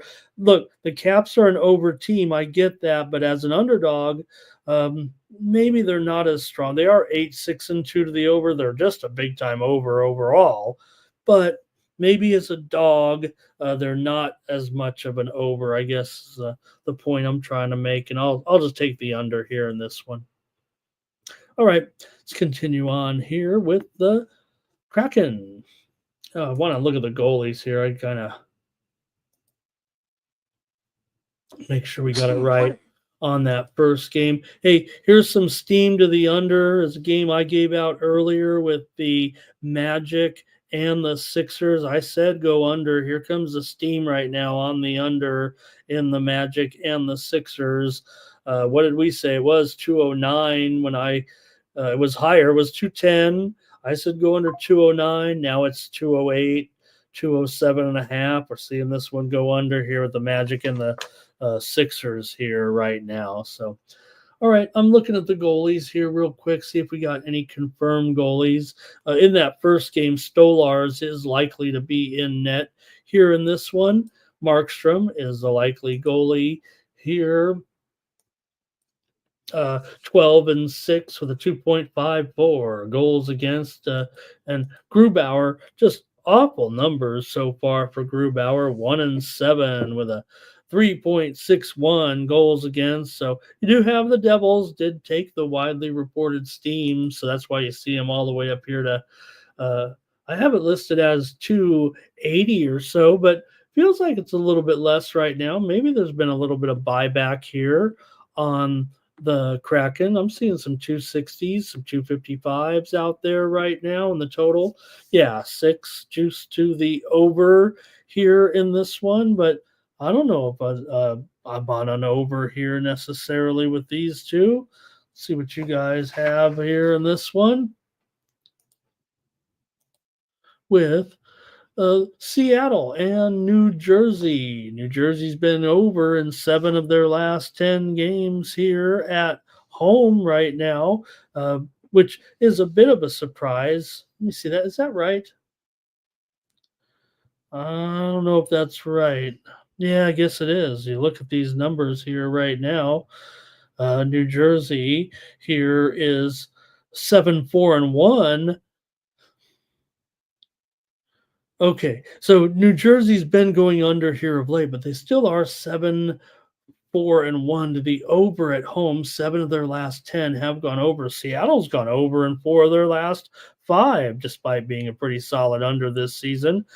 So let's see what we can do in this one. Man, that one feels peculiar here. Go ahead and comment. Seattle here. Under in 5 straight on a back-to-back as an underdog seems interesting to me. Go ahead and give me your comments, fam, and see what we have in this one. Jared Bush, nice to see you in there in the chat. Thank you for your plays. Also, thank you for your soccer here with AC Milan game to go over. And yeah, the Kraken, not the same on the road, it feels like right now, right? I kind of agree with this play here. I think that might be my play, actually. Give me the Devils on the puck line here over the Kraken tonight. I'll try the Devils here. Look, I think it's a little bit of a reduced line. I'm pretty sure it was up to as high as 280 or so. Jake Dye, though, said take the puck line, right? But I didn't see that. But Daniel likes the Kraken on the money line here to get it done. R. Tomps likes the under here. I think I do too. And maybe that's my premium. But you can still subscribe for 50 cents a day. Come on. All right, next up, Penguins and the Rangers here in this one with the Penguins, a dog, of course. Rangers about $2 here tonight. They're 13-10-1. Pittsburgh 11-12-4. Seems like a pretty high line for a Rangers team that's been losing here of late. And Pittsburgh on a 4-game winning streak coming into this one. So, yeah, maybe the Penguins' schedule's been a little bit easy here. I don't know if it has been, actually, though. They beat Florida. They beat Calgary. They beat Boston. They beat Vancouver. Those are some nice wins. Meanwhile, the Rangers lost to New Jersey, beat Montreal by just a goal, didn't cover the puck line, lost to Philly, lost to Carolina, lost to the Blues. They're having some woes here right now. And yeah, there's been some talk. What could be wrong with the Rangers? Now, they have dominated this series for sure. They've won 5 of the last 6 meetings between the two teams. They're also 7-1 on the puck line in the last 8 games overall. But Pittsburgh, like I said, they're coming in pretty hot here right now. Yet Rangers have won 11 straight games coming off of a home loss. Let's see if this one, how this one's going to be affected here in this one with Igor going up against Yari. You got Igor, 3.23 goals against and a 90.5% save percentage. Hasn't necessarily been Igor's problem, but they're kind of saying, why aren't we getting old Igor anymore? Igor not as sharp here so far this season. Now for Yari, he has a 4.41 goals against average right now and an 88.5% save percentage. But the move here looks like it's on the under. Let's see. It's currently at 175, 6.5 over at minus 120. Okay, I get it. I think the Sharps want to take this one under is what it is. Let's see what the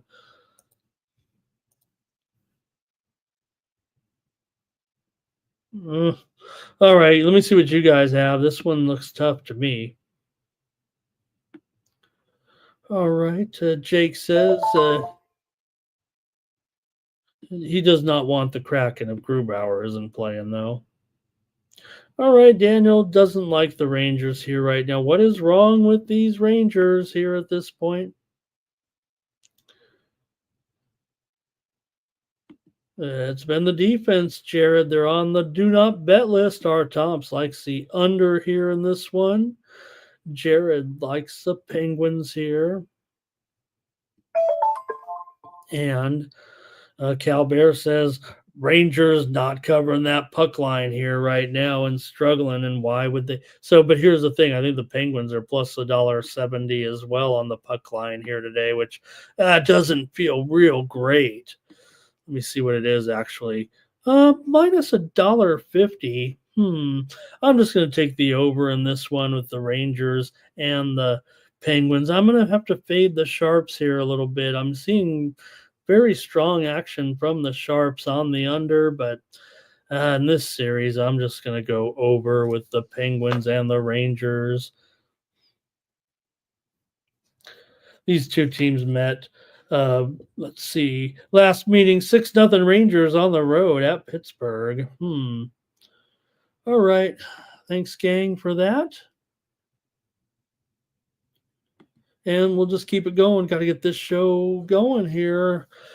Blue Jackets and the Canucks. Canucks a 235 favorite over the Blue Jackets here in this one. You got a Columbus team that they've been okay. They've been competitive in their series against Vancouver long term, but again, these teams just meet a couple times a year. Vancouver has actually won 11 of the last 16 meetings between the two teams in Vancouver. That's almost a decade of sample size here. Both teams have been going over big time of late and this season, right? You got Pittsburgh, Columbus here having gone over right now to the tune of 17-7-1. Vancouver 7-4 to the over at home. Pretty strong trends to the over here, it feels like, with these two teams, but yet it's only 6 over 25. There is some 6 overs starting to peak out here a little bit. Does feel like maybe Columbus has a little bit of edge because of the fact that they've been able to cover the puck line in the past against Vancouver. I'm not going to equate that actually. So, but Vancouver, they've lost 6 straight at home as a favorite. They're so good on the road, but poor at home, right?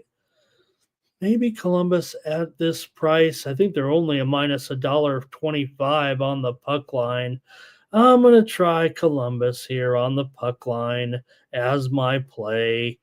Look, Columbus has had some good games of late. They beat Chicago 6-3. I know that's not asking much. They did lose in their trip to Alberta. They lost to Calgary 3-0. They lost to Edmonton 6-3. I get that, but still on the road here on the West Coast. I'm going to try them in this one.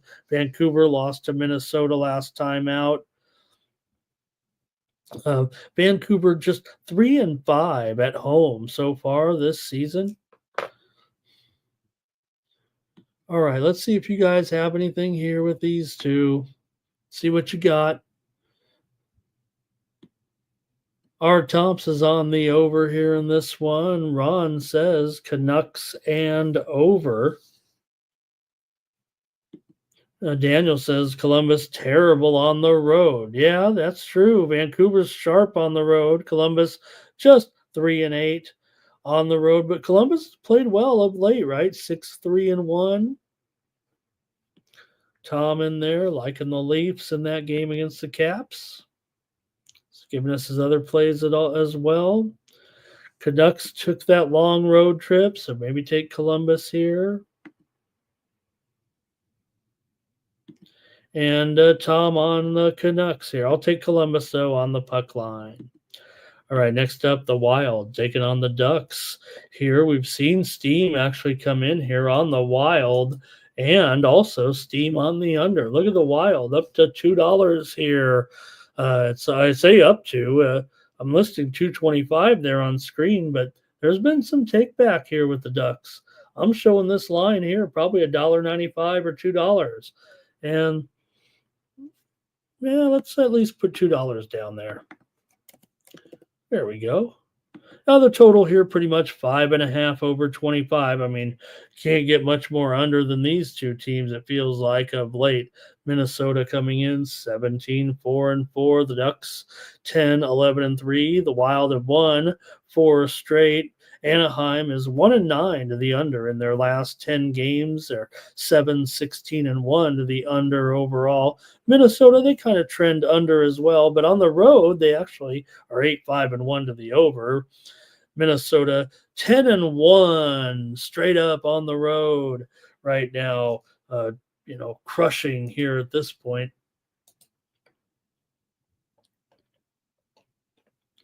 Minnesota has won 5 straight trips here into Anaheim. The Ducks have been impossible right now on the puck line. They are playing so competitive, even though they've had a, lackluster,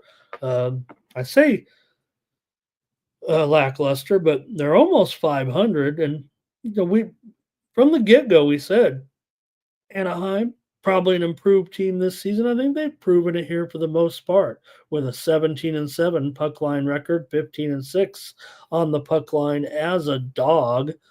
So maybe that's where some of this buyback comes from, even though Minnesota's been pretty hot here, no doubt about it, and they've done well against Anaheim, but Anaheim just keeps getting these puck lines no matter what. And here you're getting a decent price of minus $1.40, I believe. Here, yeah, plus 1.5, minus 140. Feels like they'll be fine again to get the puck line here.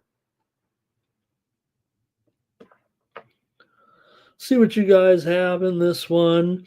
Not only is Anaheim terrific on the puck line, but Minnesota 8-11 on the puck line as a favorite, and they've also failed to cover the puck line in 6 straight games. So I'm going to have to take Anaheim here plus 1.5 at minus $1.40 as my play here on the show. Let's see if you guys have anything in this one. Going to start with, sorry if I missed some of your plays on that Canucks game. I thought I got them all. Tom was on the Canucks. There's one.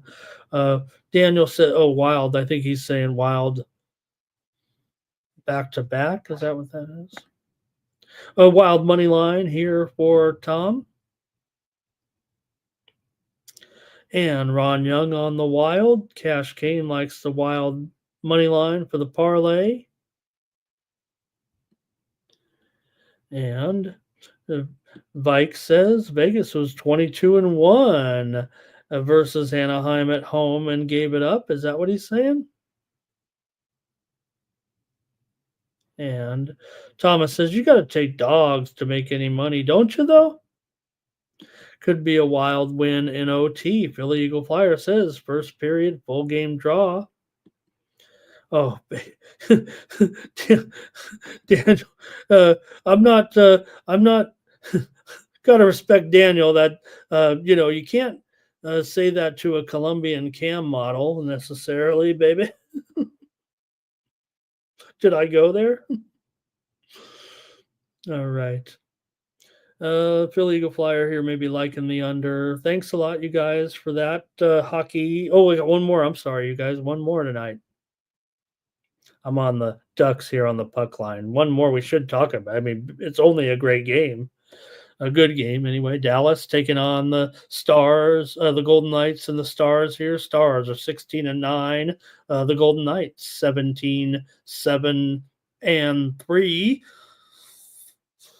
The Knights have won 2 straight wins over Anaheim and Edmonton here of late. And the Stars are the road favorite, though, $1.25, and the total 6/20 here tonight, with Ottinger expected in goal, I believe, against Hill in this one. For Hill, he comes in 11-4 with a 2.67 goals against average. Ottinger, 2.56 goals against. This one may be kind of the one. Is this the one you guys were talking about, those interesting trends here, right?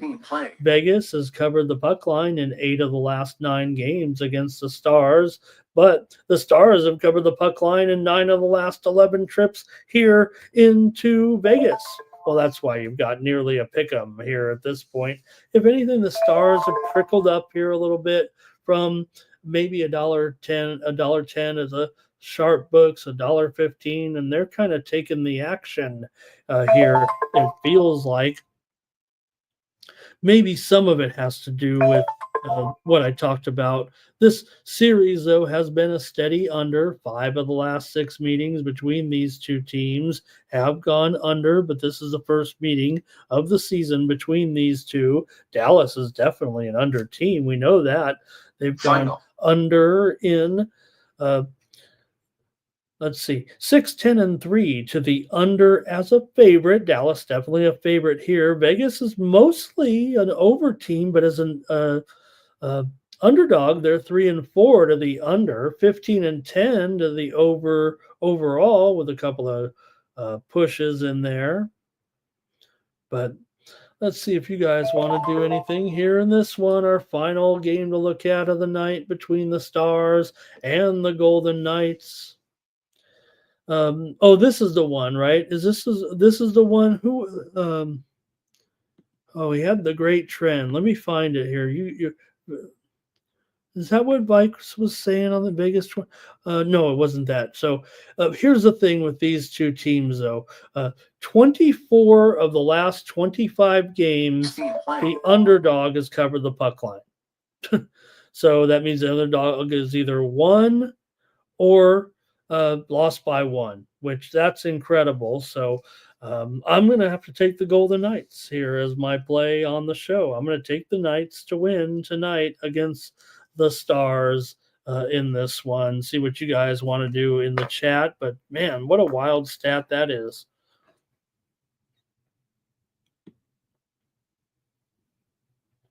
Ron Young likes Vegas. Cash Kane likes under. Philly Eagle Flyer says, give me the Vegas Golden Knights. First period over. It's an auto bet for him. Curtis likes VGK. And Daniel has me cracking up. R. Thompson's on the under here. And Daniel says, don't they always go over? Who's that, Vegas? Sprinkle the draw, says Philly Eagle Flyer. That's it for hockey. I'm taking the Golden Knights as my play, and that's it. in the NHL. All right, we got to get this show going. Why have I taken so long here in today's show? Maybe it was those football games. Tom's on the nights, Daniel's on the nights, I'm on the nights. Let's go with some college basketball here real quick. I think we'll just give out the plays like we do, and we'll have those other plays there. Also want to mention, check out Joe T's plays on the community tab today. I know that I went with one of Joe's plays, but I couldn't help myself. So I won't tell you which one Jover's on, but I did agree with him on one of his plays here. And, well, I guess it's obvious if you look at my plays talking about a Jover action. So, but still, check us out on the community tab. All right. Let's go with the basketball action here real quick and take a look at we got mid-majors for who was saying it? Was it Peasy? Was it Markel? Who was saying go with don't forget these mid-majors a little bit? How about Brown taking on Bryant here? Brown comes in 5-3. Bryant comes in here with a 5-4 record. Brown is on a 4-game winning streak here in this one. This one is all the way up to 6 here with Brown and Bryant, or Bryant's up to 6. Final. Oh, let me see what that steam was here a moment ago, too, right? I think I heard some steam while we were on the hockey. The Minnesota Timberwolves taking steam in that game against the Warriors. The Warriors were a 2-point favorite. Forget about it now. I believe it is a pick'em, or Warriors are now a 1-point favorite. So that might be personnel related, it feels like. Also, Georgetown and West Virginia steamed to the over. We're going to talk about that one in just a moment. But Georgetown and West Virginia was 142.5. Probably going to go all the way up here, it feels like, to maybe 144, 140, maybe even 145 here at this point. We'll talk about it, but seeing some move. I don't think it's reached 144.5 here at Bet Online. But also, yeah, I think that's it. Okay, let's get back to the action here with Brown and Bryant here in this one. These two teams are familiar opponents, and Brown has actually had the best of this series, and it usually goes under. I'm going under, I'm pretty sure, in this one of Brown and Bryant at 152 or so. Hasn't been hardly. I don't think there's been any movement at all in this game, actually, as far as the total's concerned. But we are seeing Bryant here, like I said, up to 6. I'm not sure if I trust that one necessarily. You have a Brown team that's won 6 of the last 7 meetings on the road against Bryant. 5 straight meetings between these two teams have gone under. I'm gonna go ahead and take Brown plus these points. I think I'm gonna maybe use the total as a premium, actually. But give me Brown here in this game against Bryant. The two teams met last year. Bryant did win the game, but let's see. That was the one. I think that was the one that no, it was at Brown. Okay, so Bryant's actually won the 2 meetings at Brown, even though, as I said, Brown's won 6 of the last 7 at Bryant. Bryant's kind of turned the tables on him a little bit. I'm going to take extra points, and if that's the case, I'm going to take Brown here. Brown covered in their only game so far as an underdog. That was the game last time out, right, against Vermont. They actually upset them 60-53. So far, Bryant, this is just their second home game. They did fail in their other home game. They're 3-5 against the spread overall. I'm going to take Brown in this one. See what you guys are doing. If you guys are taking anything here, let me know. Nasty Nate, he's kind of our Northeast expert here. He's got Bryant first half. Thank you, Trap God, for that soccer action today. You're covering us on the soccer there a little bit. Thank you, thank you. Thank you, Daniel. You did a great job today. Appreciate you. Tom Reghard likes Brown as well. Good. I like that. All right. Let's keep it going right now. I've got 5 or 6 games to look at. Here's Delaware and Duquesne. You got Duquesne here at home, a 3-point favorite here in this one. And total here, 146. Both these first 2 games are at 6 Eastern, 3 Pacific. I might have actually went out of order there a little bit, but let's see what you want to do here. The widely reported steam did come in on the over. Yeah, on the over in this game. Delaware's been a monster cover here. They're 5-3 so far, but 6-2 to the number. Duquesne, they've been dismal to the number. They're 1-7 straight up, 1-7 against the spread, and they're a 3-point favorite here against the Blue Hens. Are you kidding me? I want to take the Blue Hens here for sure. I want to take them as a premium, but I'm not sure about the side. I'm not even sure about that steam that came in on the over, because you got Duquesne been struggling offensively, and they're just 2-6 to the under so far. Delaware 6-2 to the over. So give me Delaware here plus 3 points. That's going to be my play here on the Morning Steam show for sure. Cash Kane likes Delaware. Money line says they're the better team with the better coach. And I think we've got a teaser here with Duquesne in there plus 8. Is that right? Probably plus 2, right? Plus. Okay. Vikes knows what he's doing, so maybe I can't figure it out. All right. I've got Delaware here in that one. I thought Delaware would be the plus 8. Okay, do I get it right? Yeah, 3.5. In fact, right now, 3.5 or 4 for Duquesne. All right, Miami of Ohio is taking on Indiana here in this one. Widely reported steam did come in on the over. It's up to 152. It feels like here you got Miami O coming in 5-2. Indiana comes in with a 6-2 record in this one. Indiana's won 2 straight. Miami O's won 3 in a row. Miami O beat Air Force and covered at home. They lost against the spread against Mercer. Even though they won by 3, they failed by half a point. And they knocked off Siena. For Indiana, their last 2 wins, they beat Sam 97-71 as a 13.5-point favorite. They beat Providence big time. Remember, that was after they lost to Louisville and Gonzaga. So you do have a 19-point favorite here in that steam coming in on the over. So let's see what you got here in this one between, if anything, Miami of Ohio taking on Indiana here in this one. This one looks a little bit tough for me, so hope somebody in the chat's got something to nah.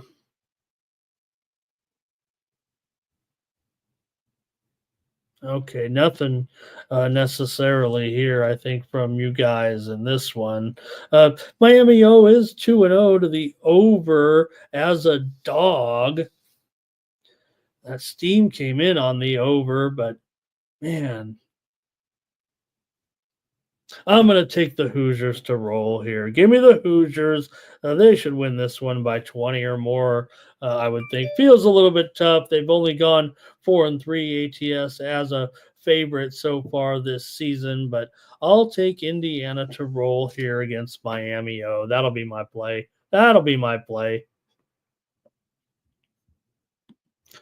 All right.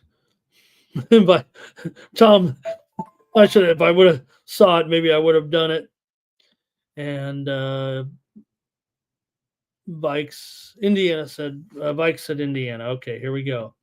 Next up, Georgetown in West Virginia. Talked about this one. It felt like a couple of times we talked about that steam that came in on Georgetown. Steam came in on the over here. West Virginia, we're in conference play here now, and they've had a pretty good series against Georgetown. Georgetown's on a roll here right now for Coach. And, it was probably only a matter of time. We knew Coach Ed could turn it around, but Georgetown here right now, just 2-5 against the spread in the last 7 meetings here in Morgantown. West Virginia, though, has won 5 of the last 6 meetings overall between these two teams. West Virginia here also, they've won 6 of the last 7 overall. So just got to wonder, is this for real here with Georgetown? Is this what we've been waiting for, what we've been expecting of Georgetown here? I would think it is. I would think they should be able to get this number despite the series history kind of favoring them here. Georgetown has been favored in every game but one. They did fail in their only other opportunity as a dog. West Virginia, 4-3 ATS so far this season. And let's see if you guys have anything here in this one, but I'm going to take Georgetown here as my play, plus the points. This one, like I said, that total, man, it's moved up 3 or 4 points here. Right now to 144.5 or so, like I said, at a couple of books. Maybe it's starting to come right back down here to 143.5. Tickets are heavy on West Virginia and the under. All right, here we go. Tom's on Georgetown. Curtis is on Georgetown as well. Hello to Fernando. And Georgetown and over for Vikes here, I think.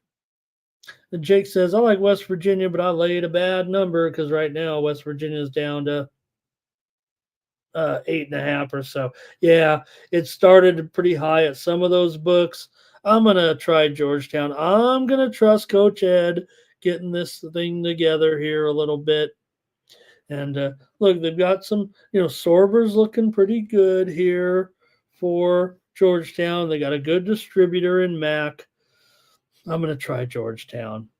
All right, let's keep it going. We got to get this show done here. North Texas and High Point. Talked about that steam that came in on High Point here. Both teams with just 2 losses so far. North Texas is 6-2. High Point comes in 8-2, but High Point's been favored in a lot of games this year, and they haven't been able to cover. But here they are as a dog for the first time this season.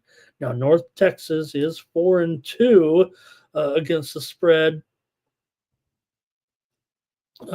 so far this season. But, man, that sharp action here on High Point, that's kind of where I think I want to go. Just so tough that they're just 2-7 against the spread, but those were all as favorites here, and I'm going to try High Point in this one now as a dog against North Texas. Now, North Texas getting a lot of accolades. They're probably a pretty good team, but High Point here, they lost last time out on the road to Greensboro by 4. They were favored in that game.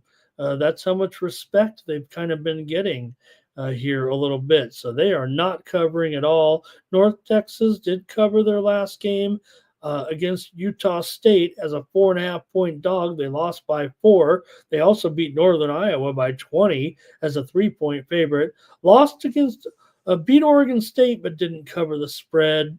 Both North Texas is 1-4-1 to the under so far. I'm going to take High Point as my play here. I'll take them on the money line in this one. All right. Tom's on North Texas. Curtis is on North Texas here in this one. So I'm against my guys there. Oh, no. Last one here, Illinois and Northwestern. Illinois 6-1, Northwestern 6-3. It's that old ranked team on the road here, laying points. That never works out. Come on. So what are you going to do here with the Wildcats at home? They've actually done very, very well in this series against the spread. Usually Illinois is just favored by too many points when these teams get together in this conference matchup. Illinois is 10-2 against the spread, or 10-2 straight up against Northwestern in the last 12 meetings, but Northwestern's covered 6 of the last 7 games between the two teams. So, like I said, it's usually just favored by too many points.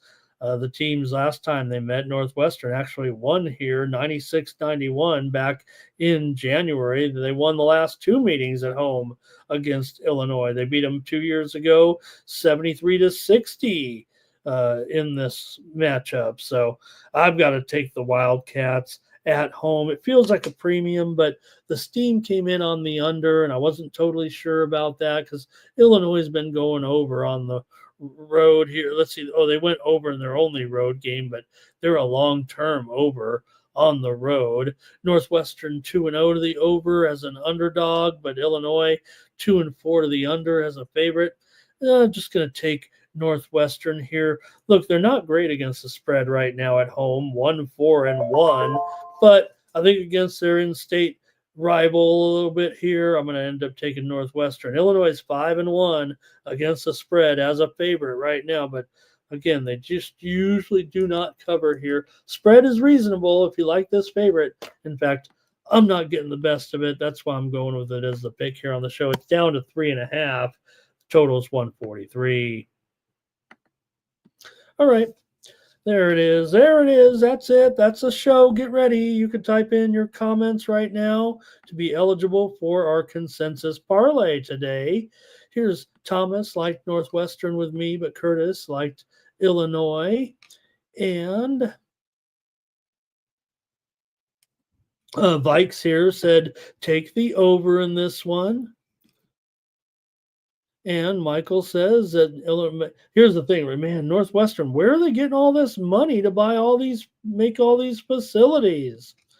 Tom took Illinois last night, but Jake's going to give a lean here to Northwestern. All right, get ready, everybody. Get ready for the drawing, and we'll make the consensus parlay winner here in just a moment. But first, don't forget, you can follow me over at winnable.com to get my best plays for today. Some of these show plays where I had to really go deep and have to decide, almost flipping a coin or maybe rolling those dice, Thomas. But I'll be ready to go with my best plays for sure. There's no doubt. I might be on the best little run here since we've come over to the Sports Money Network here. It's been a real good week, if you know what I mean. And I think we're going to have another good day here today. So check me out over at winnable.com. Click on the QR code in the lower right-hand corner of the screen. That'll take you to my Winnable sales page. And my plays are over there for just 50 cents a day. If you use the promo code STEAM and get the $20 a month package, why wouldn't you do that and get more plays, my best plays, sent to your phone? You can turn on notifications.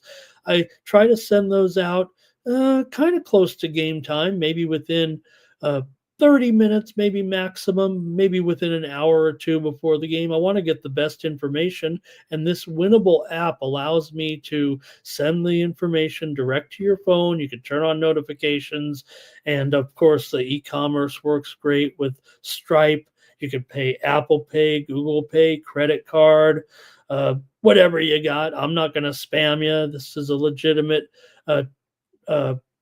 payment processing when you use Stripe.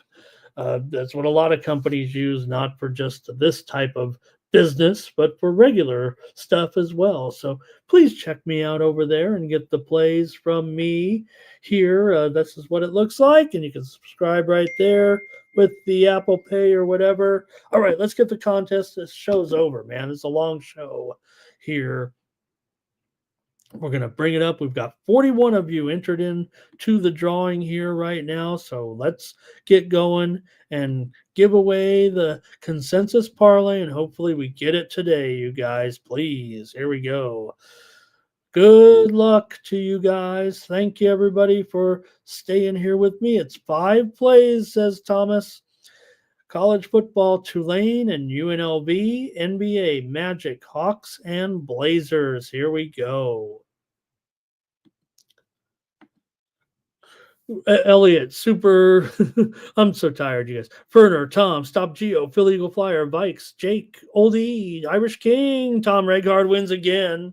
Tom Regard, I believe, has just become the first man to be eligible for I think this is Tom's 3rd time if I'm not mistaken, Tom. Let me know if I'm right, or I don't know, you might have missed one.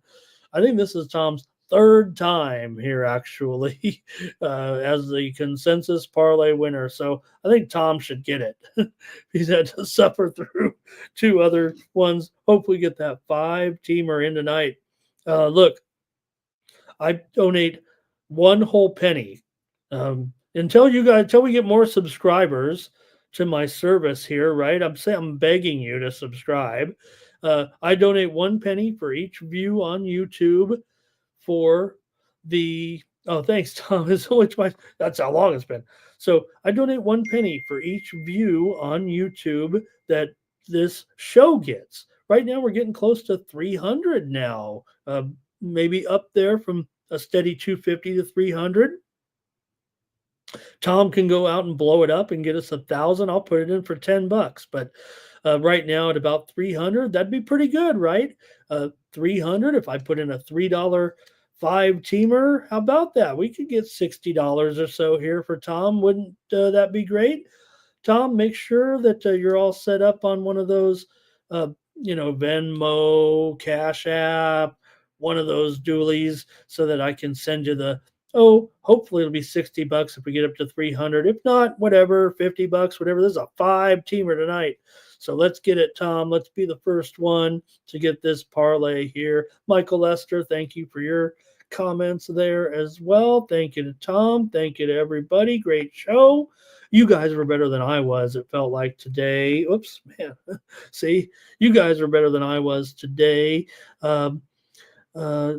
On the show, it felt like I was kind of stumbling through there a little bit. So, all right, Tom has Cash App. I got Cash App, so that's how I'll send you the money, Tom, when you win today. So, all right, hopefully we got through it. Hopefully the winners will be there. I feel like they will. We're in a real good groove right now. Definitely hitting these. So if you're not signed up, I think it's a good time to subscribe, especially right now with Saturday, right?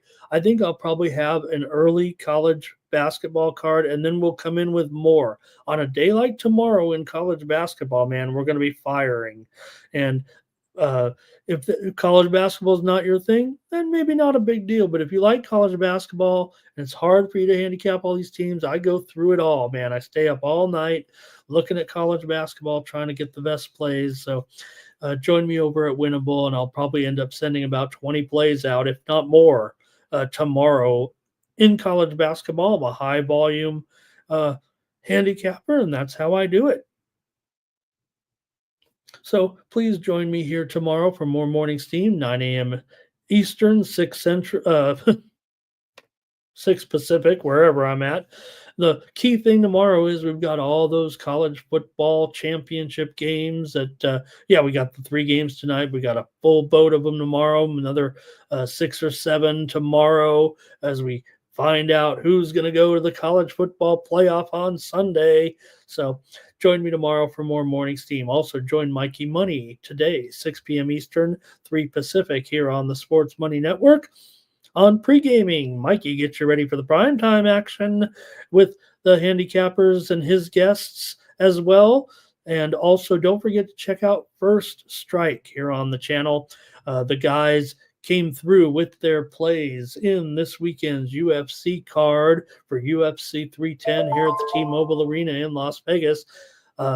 Sub, Fanatical Jim, MMA Jeff, and Mikey Bunny with their best plays here on First Strike on the Sports Money Network. So check out that video. It's about, I believe, 20 or 25 minutes long. They each give you their best plays with a good handicap and synopsis of each pick that they make.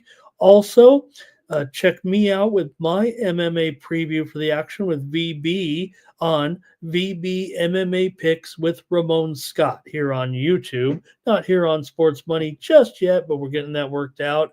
I'll preview my fights with VB and his expert analyst. So there you have more plays for your MMA action here for this weekend. And don't forget our companion coverage on Saturday with the MMA UFC 310 here from Las Vegas. The guys will be breaking it down throughout the evening with the main card here this week in Las Vegas. We've got a nice main event here this weekend with top-notch guys, Pantoja and Asakura making his debut in a championship match, of course, coming over from Japan, the rising star Asakura going up against Pantoja in a great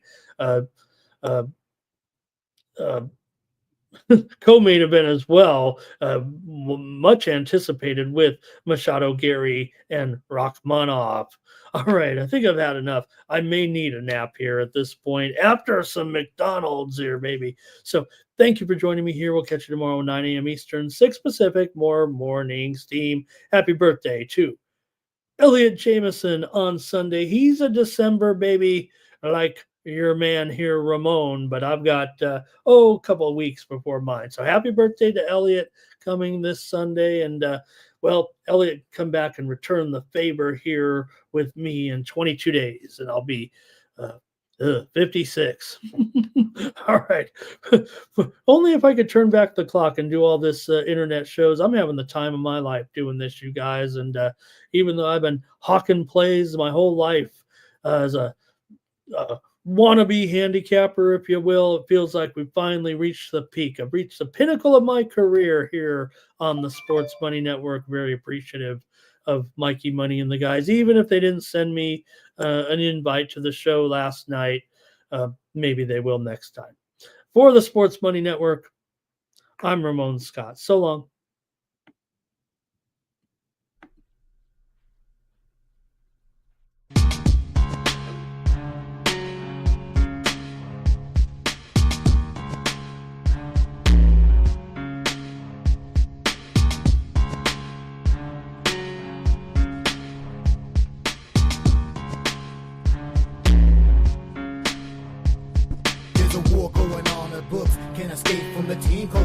Steam, it's time to break, run for cover. That's gonna cover, that's gonna cash. Then we make the 100-yard dash to the window. I don't know what you thought. It's Ramon Scott, running so hot. Sports make money and we make money with sports money every single day. NFL, NHL, NCAA. Stay away from the juice, we might play a parlay. It's the morning steam. What? Ramon Scott, sports money. What? Wake your ass up and let's get to the money. Get to the money.